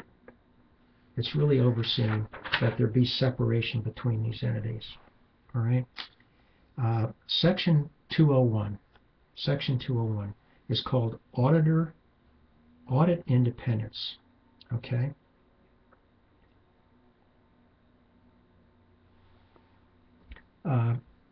First of all, the audit committee has to be independent. So now what used to happen is officers, the chief financial officer would sit on the audit committee. All right? So in other words, he had already had a conflict of interest because he didn't want the audit committee to question what he was doing financially. Now, the audit committee, let me explain that. The board of directors of these major corporations and most all public companies, generally their board of directors is 5 to 10 people. On these major companies like an IBM and General Electric, the board could be as many as 20. But oftentimes it's 12 to 20 people. And most of them come from other large corporations. They're big businessmen. They're people sophisticated in all aspects of business. So the boards are high-level people. And so they're broken up into committees, and the major ones are the Compensation Committee, the Audit Committee, and the Executive Committee. Okay, those are the three major ones. And the Audit Committee is set up for the purposes of overseeing and supervising the audits and making sure that they're done properly, raising questions. If the auditors come up with the report goes to the Audit Committee, they look at it first before it goes to the board. Okay. Well, it was common that the CFO, who was an officer of the corporation, the controller, and maybe one or two other people would be on that Audit Committee. Now, when you write that report, you know that the CFO is going to see it. Well, he's not going to want to be embarrassed. So if he doesn't like your audit report, guess what? It's going to get changed before it goes to the Audit Committee because he's there to see what it says. Under 201, the Audit Committee has to be completely independent now. And I'm sure you're looking at this screen saying, you got to be kidding me. I mean, they didn't do that a long time ago? No, they didn't. And so now no officers who are directors can be on that Audit Committee. No officers. And here's another one, which will blow your mind. The Audit Committee is the one that looks at this company from a financial standpoint. The new law says that they have to have at least one person on the Audit Committee, a director, one director, who has finance experience. That's right, finance experience. This Audit Committee, made up of anywhere from 5 or 6 members, whose job it is to look at the audit report, to ask questions about it, to understand what it says. Many of them had no finance experience at all. Zero. Wow. Now, all of a sudden, the government says, you know what? You got to put, number one, the board's got to be independent. And number two, from the officers. And number two, you got to have at least one guy who knows something about it. Isn't that great? We're talking multi-billion-dollar companies that employed thousands of workers. And this is what's going on at the top. Now, here's another one. They also said on personal relationships that are built up over the year between the auditors, the accounting firm auditors, and the company itself.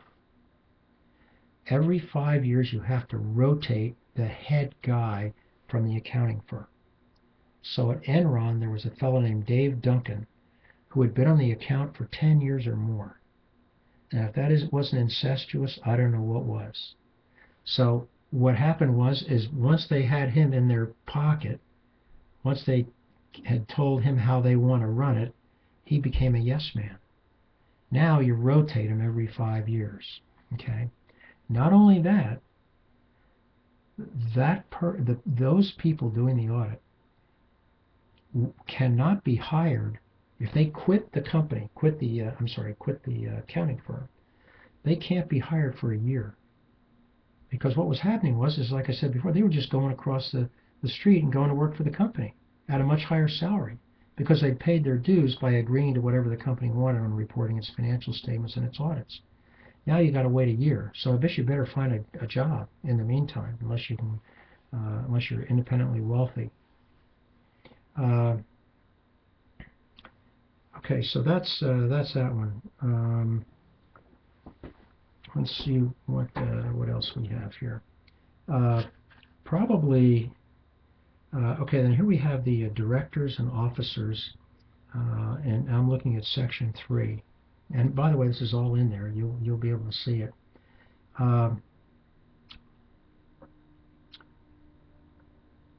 Executive compensation. Executive compensation.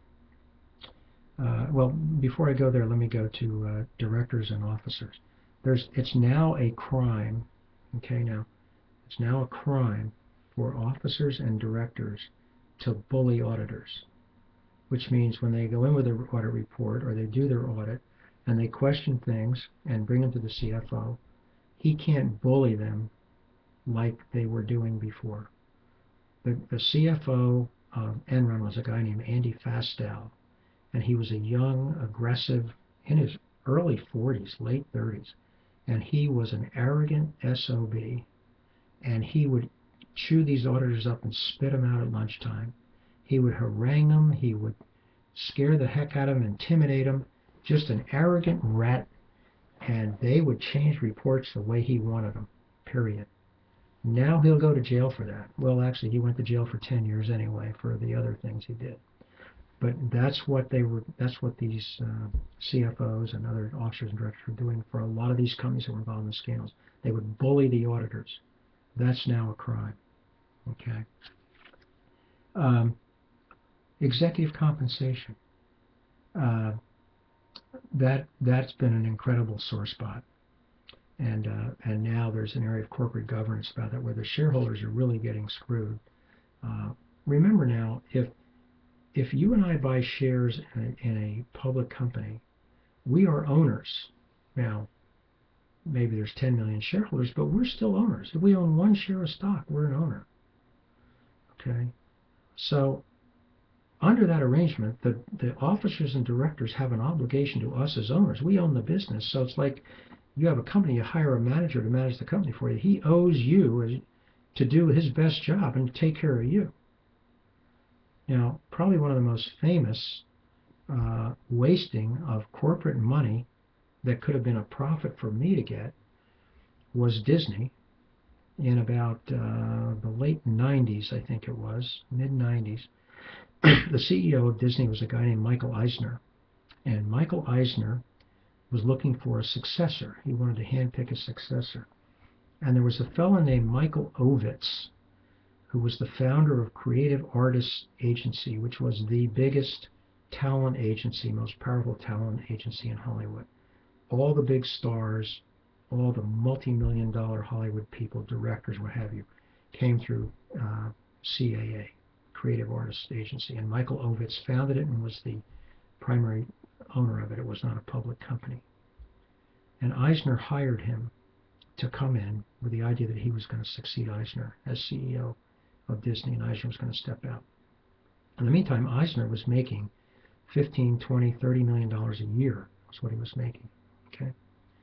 So Ovitz goes over there, and pretty soon, as was most often the case in these settings, their egos were too big for the same room.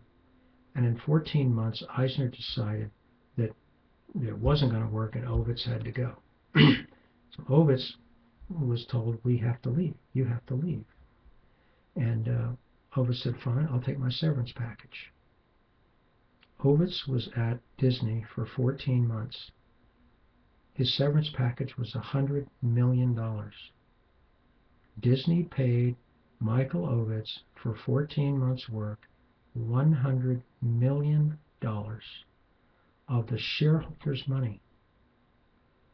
And do you know the board of directors got sued by the shareholders for proving that, and the court did not intervene and found that they had acted within their authority as directors of the corporation in doing that. But probably the last little bit that'll, if your hair's not on fire now, it will be. Ovitz also demanded that he get paid for his expenses because he had expenses, and executives get reimbursed for their expenses, right? Now, he was there for 14 months. So you can imagine, I mean, a guy like him probably has a few dinners at the fanciest restaurants and one thing or another. And so even an outrageous expense account for a guy for 14 months is 100 grand, 50 grand. How about $4 million? His expense reimbursement was $4 million. So now you wonder why people are ticked at corporate America because of this kind of stuff. All right? So now you couldn't do that'd be hard to do today because that would bring much more notoriety than it did at this time in the mid-90s. Okay? And now probably the biggest part of this in 301, as far as I can see, that this is the one that got the CEO and CFO's attention. At the end of the 10K, or actually it's on the front page, I believe, both the CEO and the CFO have to sign off that the 10K is correct and accurate, that there's no material misrepresentations, and that it's a fair statement of the financial health of the company. Okay, and it goes to the SEC because hundreds of people and institutions are going to decide to buy the stock or not based on that document. Up until Sarbanes-Oxley, if it was misstated, the company had to restate its earnings, and that was about it.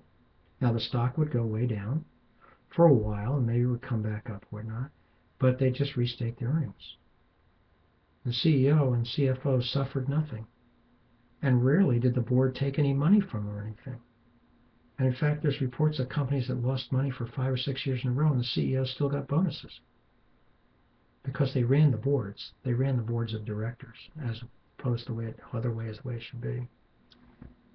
In this setting, if a CFO and a CEO signs off on a financial statement and it's got a material misrepresentation, they can go to jail for 20 years. So basically what we did was we said that this kind of conduct is so damning and so damaging, and because you can't, the ethical aspect of these kinds of activities clearly does not come into play in any way, then we'll help you with the ethics. And the ethics is 20 years in prison. And so now every CEO and CFO can go to prison for falsifying these financial reports. And so don't you think, if that's the case, that he's going to drill down into the bottom of that company to make sure that every piece of paper that has financial information on it is right? Because he's going to jail if it's wrong. Okay? So that was one of the major ones. Another one was you can't make loans to corporate officers. This guy, Dennis Kozlowski, had a $400 million loan from Tyco. There was a company called Adelphi that went bankrupt. It was run by a family named Riga, R-I-G-A, Riga. They had a $2 billion loan from this corporation. They didn't own 51%, but they were majority owners, large enough to control the board and everything. I think they owned about 25, 26%, which, widely owned company, diverse stockholders, that's plenty of money. And so they owned a huge amount of stock, and they worked themselves for a $2 billion loan, which was never going to get paid back. And John Riga, who was the father, who was 72 or 74 when this hit the fan, he's going to die in prison. He went to prison for over 20 years at the age of 72. So he will not be out, and nor should he be out, for that matter. So Section 402 says no loans to officers. Insider trading. Insider trading. It used to be that CEOs, here's what happens. If you're an officer of a public company, when you buy or sell your stock, it's public information and it gets reported in public records. People go and look and see what executives are selling stock and buying stock of their own company. It used to be that you could take up to 2 months to report that. So all kinds of stuff could happen over that 2-month period.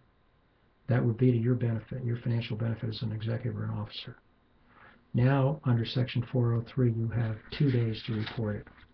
It has to go on 2 days, so it becomes public information in 2 days.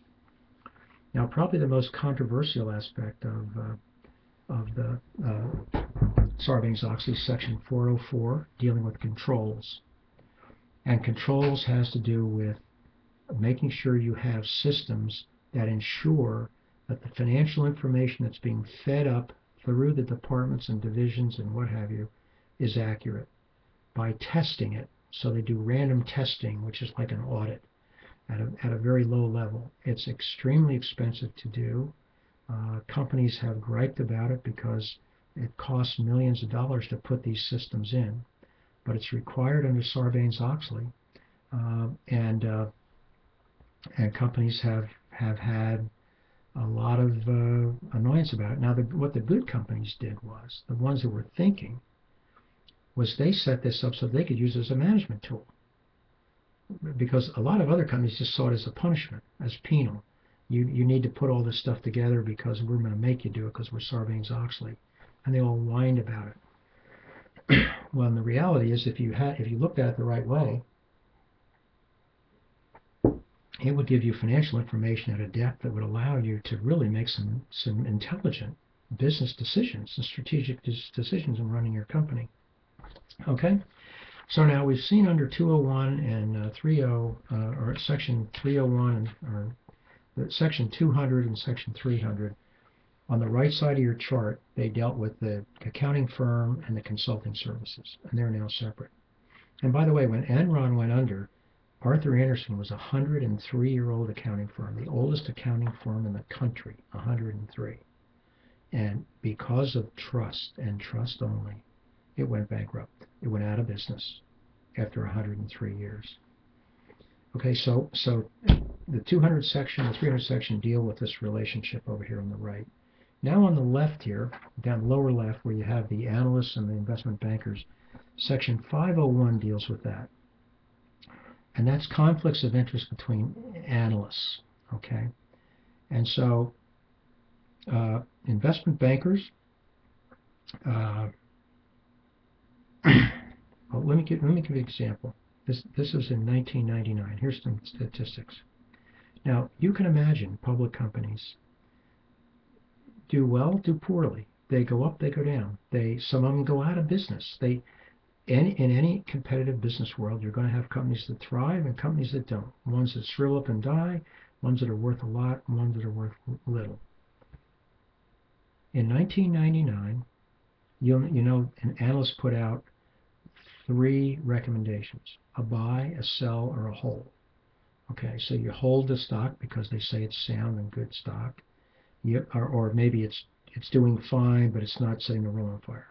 The stocks they think are really going to be good, they tell you to buy. So you either buy them or you hold them if the stock's going through kind of a dull, sleepy area, but it's not. They think the company's good. And the last one is sell. Okay, and so the analysts are going to say this company's bad. Bad news, sell it. Get rid of your stock. Get out. You're going to lose your shirt. And remember, in our old scenario, if he tried to do that, and one of these companies' CEO got a hold of the investment bankers, he got his hand slapped big time. Okay. In 1999, there were 33,000 recommendations issued by analysts. 33,000. Okay. Only 125 out of 33,000 said sell your stock. Now, if that doesn't tell you something, I don't know. That's 1/30 of 1%. So only 125 cases or companies did an analyst look at it and say, you need to sell this stock. Okay, now the financial markets are looking what these analysts say. They're using that to make financial decisions to buy stock or to sell stock or to buy bonds in a company, and decisions for 10 million, 50 million, 100 million, large sums of money. The determination of how to allocate that money among investments, among various companies they want to invest in, to a large measure is driven by what these analysts say. And here you had 33,000 reports in 1999, and they only said you should sell 125 times. The rest of the time they said you should sell and hold. I mean, buy and hold. So how about that? Okay, so the investment bankers, they're separated from the investment bankers now, and they are being watched very carefully, and they have to be very careful about what they do. Several of them went to jail as part of this situation because they would tout the stock. Once they said the stock was great, then the investment bankers were out there selling the stock and selling the bonds, and nobody was not buying because, after all, these analysts said this company was a great company. Okay, so that's section 500, is the analyst's conflict of interest, and you should know that. And I want to go back. The important ones for you to study are the ones on, let me go to the sections for you. Okay. Just generally about the Public Accounting Oversight Board, which is the 100 section. It's actually called Title I, but I'll just refer to them as the 100 section. The 200 section is very important, and the 300 section is extremely important. Okay, so you've got 200, 300, 400, but primarily 404, section 404. That's the control section. You need to know that well. And then Title V, which is the 500 section, which is the conflict of interest by analysts, the analysts' conflicts of interest. Okay. And then also don't be concerned with the 600 section or the 700 section, but the 800 section is corporate and criminal fraud accountability. That's lesser important, but important. Now number 9, the 900 section, is the white collar crime penalty, and so just know about generally white collar crime and the protection for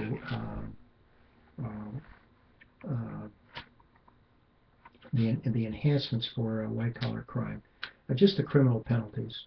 And then lastly, under retaliation of informants, which is section 1107 in Title 11, where it says corporate fraud and accountability, talks about whistleblowers. And who whistleblowers are, as I'm sure you know, is that someone inside the corporation that blows the whistle on the activities that are illegal or what have you. And they actually now can get rewards, financial rewards from the government if you turn in a government contractor who's stealing from the government. But classically what happens in a private company, in the private sector of a public company is whistleblowers get fired. They get terminated. So the result is they're scared to death to say anything. And that's why it took Sharon Watkins such courage on her part to blow the whistle on Enron and what they were doing. So anyway, that's pretty much the key to it. And that's pretty much everything to be said about it. 909 says white collar criminal penalties, people who conspire to commit mail fraud and wire fraud, and that's how it's done, because they trade communication discussing illegal activities, and that's your wire fraud or your mail fraud. The wire meaning, of course, telephone, email, and that sort of thing.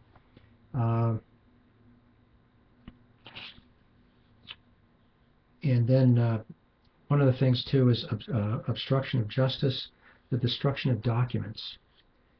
This guy Dave Duncan at Enron, when the feds were closing in and they realized they had big problems, gave orders to his underlings, and they shredded thousands of pages of documents. Now if that doesn't show, and Duncan went to jail too, not as long, but I think he went 3 to 5 years. But see, what happens a lot of times in these cases is they have to lean on somebody to get them to roll over and rat out the rest of them. So Duncan was smart enough to try to work some kind of plea deal. I forgot what he got, but he got some prison time. Not enough either, but he never blew the whistle either. But in any event, he did destroy documents, which is an obstruction of justice.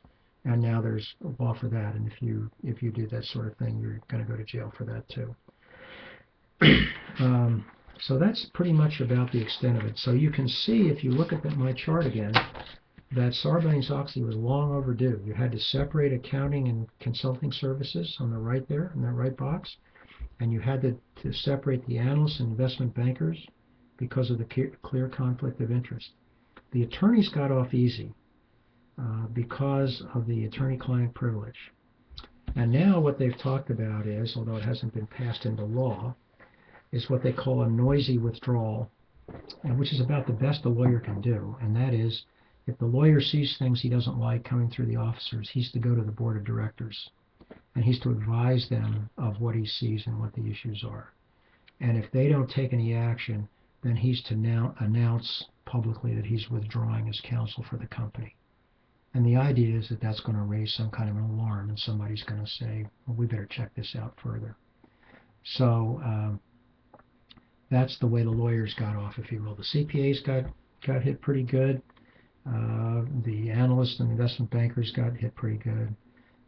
Probably I don't want to call it the linchpin, but probably the catalyst for a lot of this were both the CPA firms and the investment banking firms. And then the CPAs started out with their consulting businesses, and the investment bankers had their analysts. And actually what happened was the Merrill Lynch's, which were stock brokerage houses, they're the ones that moved into the investment banking side. And they formed companies that did investment banking and stock analysis.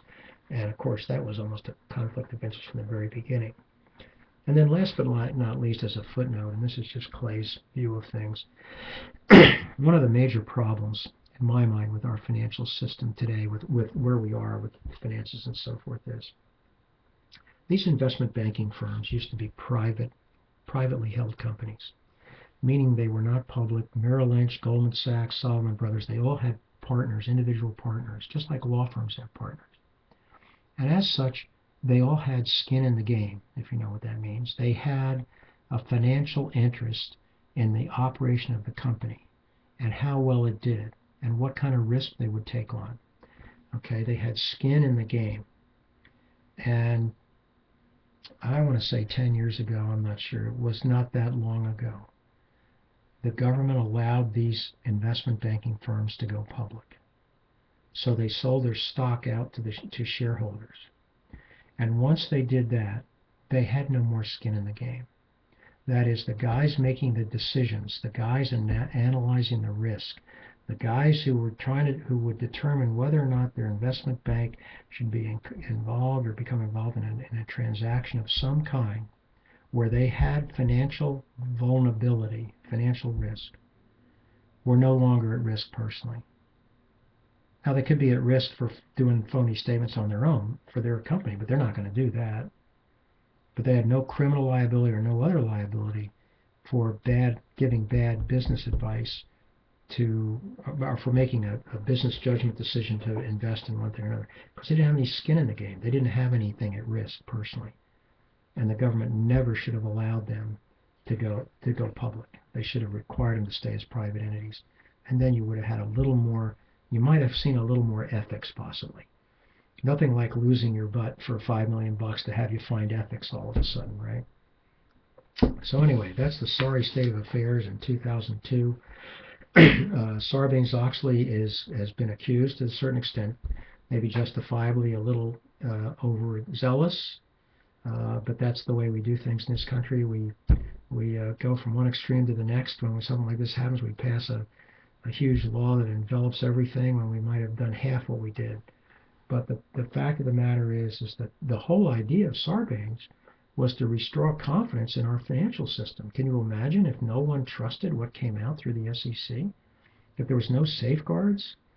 Isn't it funny that you actually then trace the ultimate responsibility? So you have a stock goes out to the world, back through the SEC, Securities and Exchange Commission, which has put it out there because their financial statements look good, through the financial statements put together by the auditing company and the accounting firm and whatnot, and goes to the CEO, and two men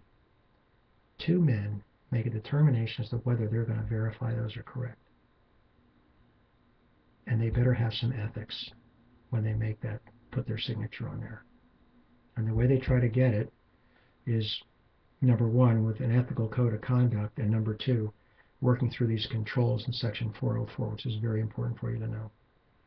Okay, so the most important area is officers and directors and how Sarbanes-Oxley has affected them.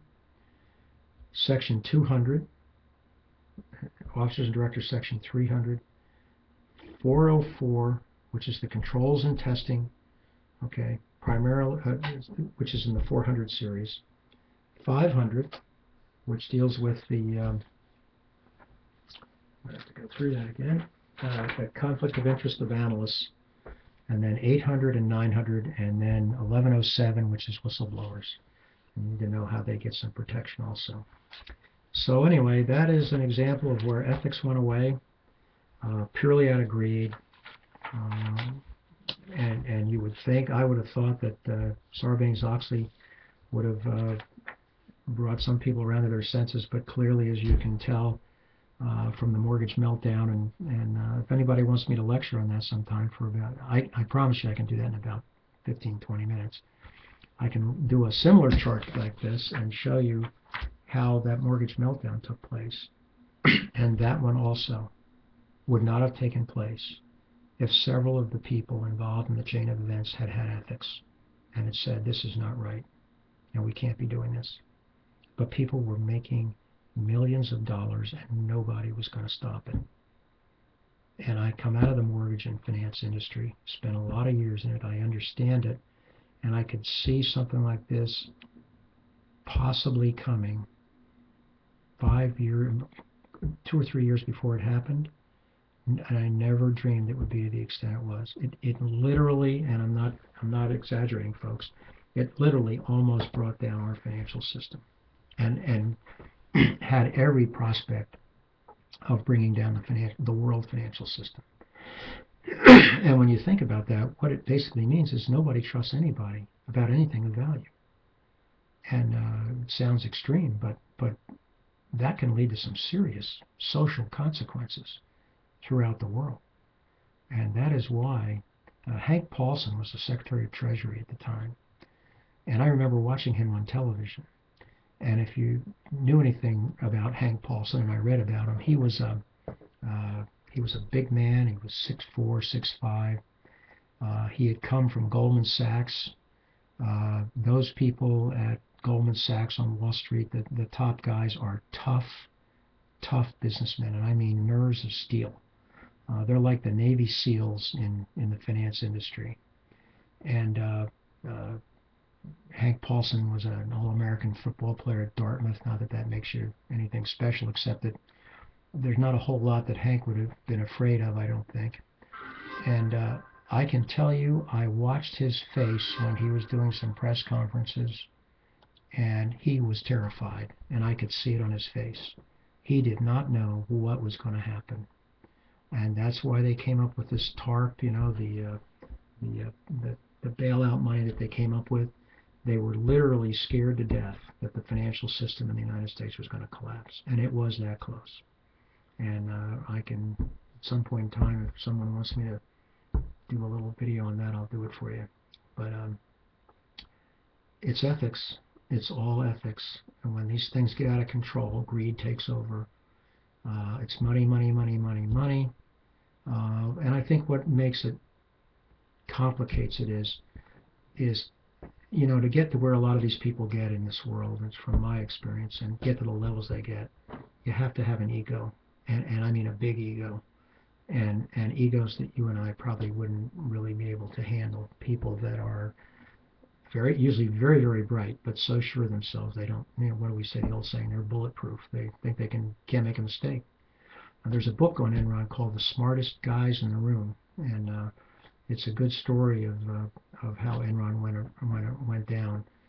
There's another one, though, I'll find for you that I read that I thought was interesting. If you're interested in anything like this, it reads like a story. It doesn't read like some financial document, or it's not heavy reading. It's almost like the guy that writes it, his name is Fallon, I think. It's conversational.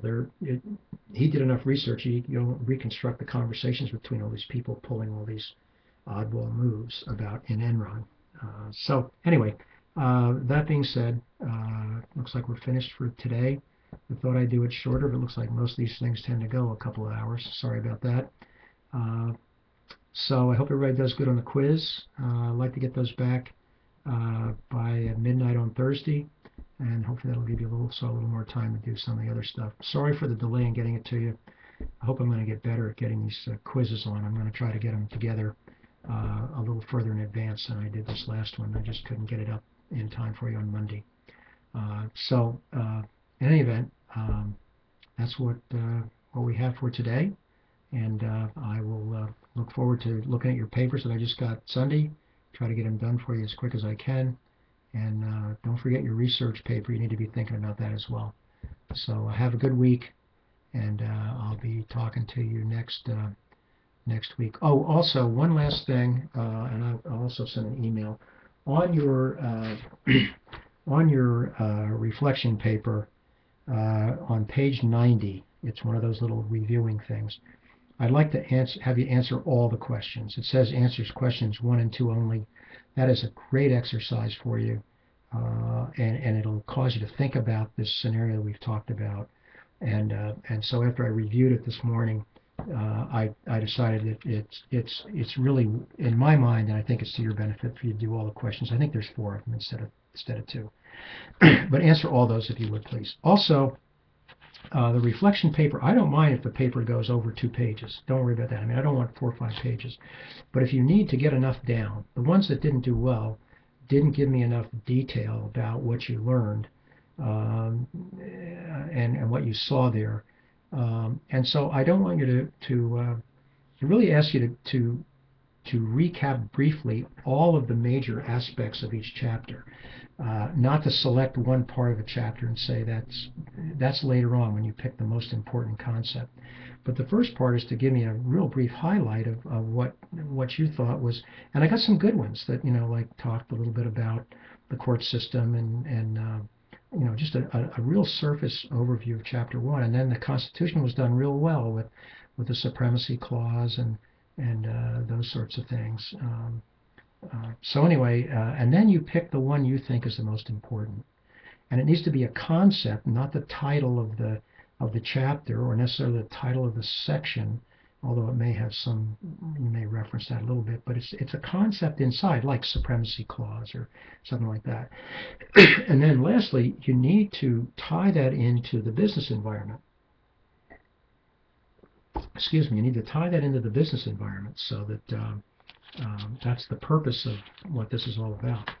So again, please do them all. And then also, I think I put in an email, if you would, send me your phone numbers so that I can give anybody a call. Because there's times when I might want to talk to you about something, or I may want to get an explanation on something before I grade it, or just so we can talk if something comes up. And likewise, if you have an emergency or something that you don't think we can solve by email, then I'll be happy to talk to you. If I don't answer the phone, I'm either in court or with a client or whatnot, but I'll get back to you as soon as I can. Have a good day. Bye.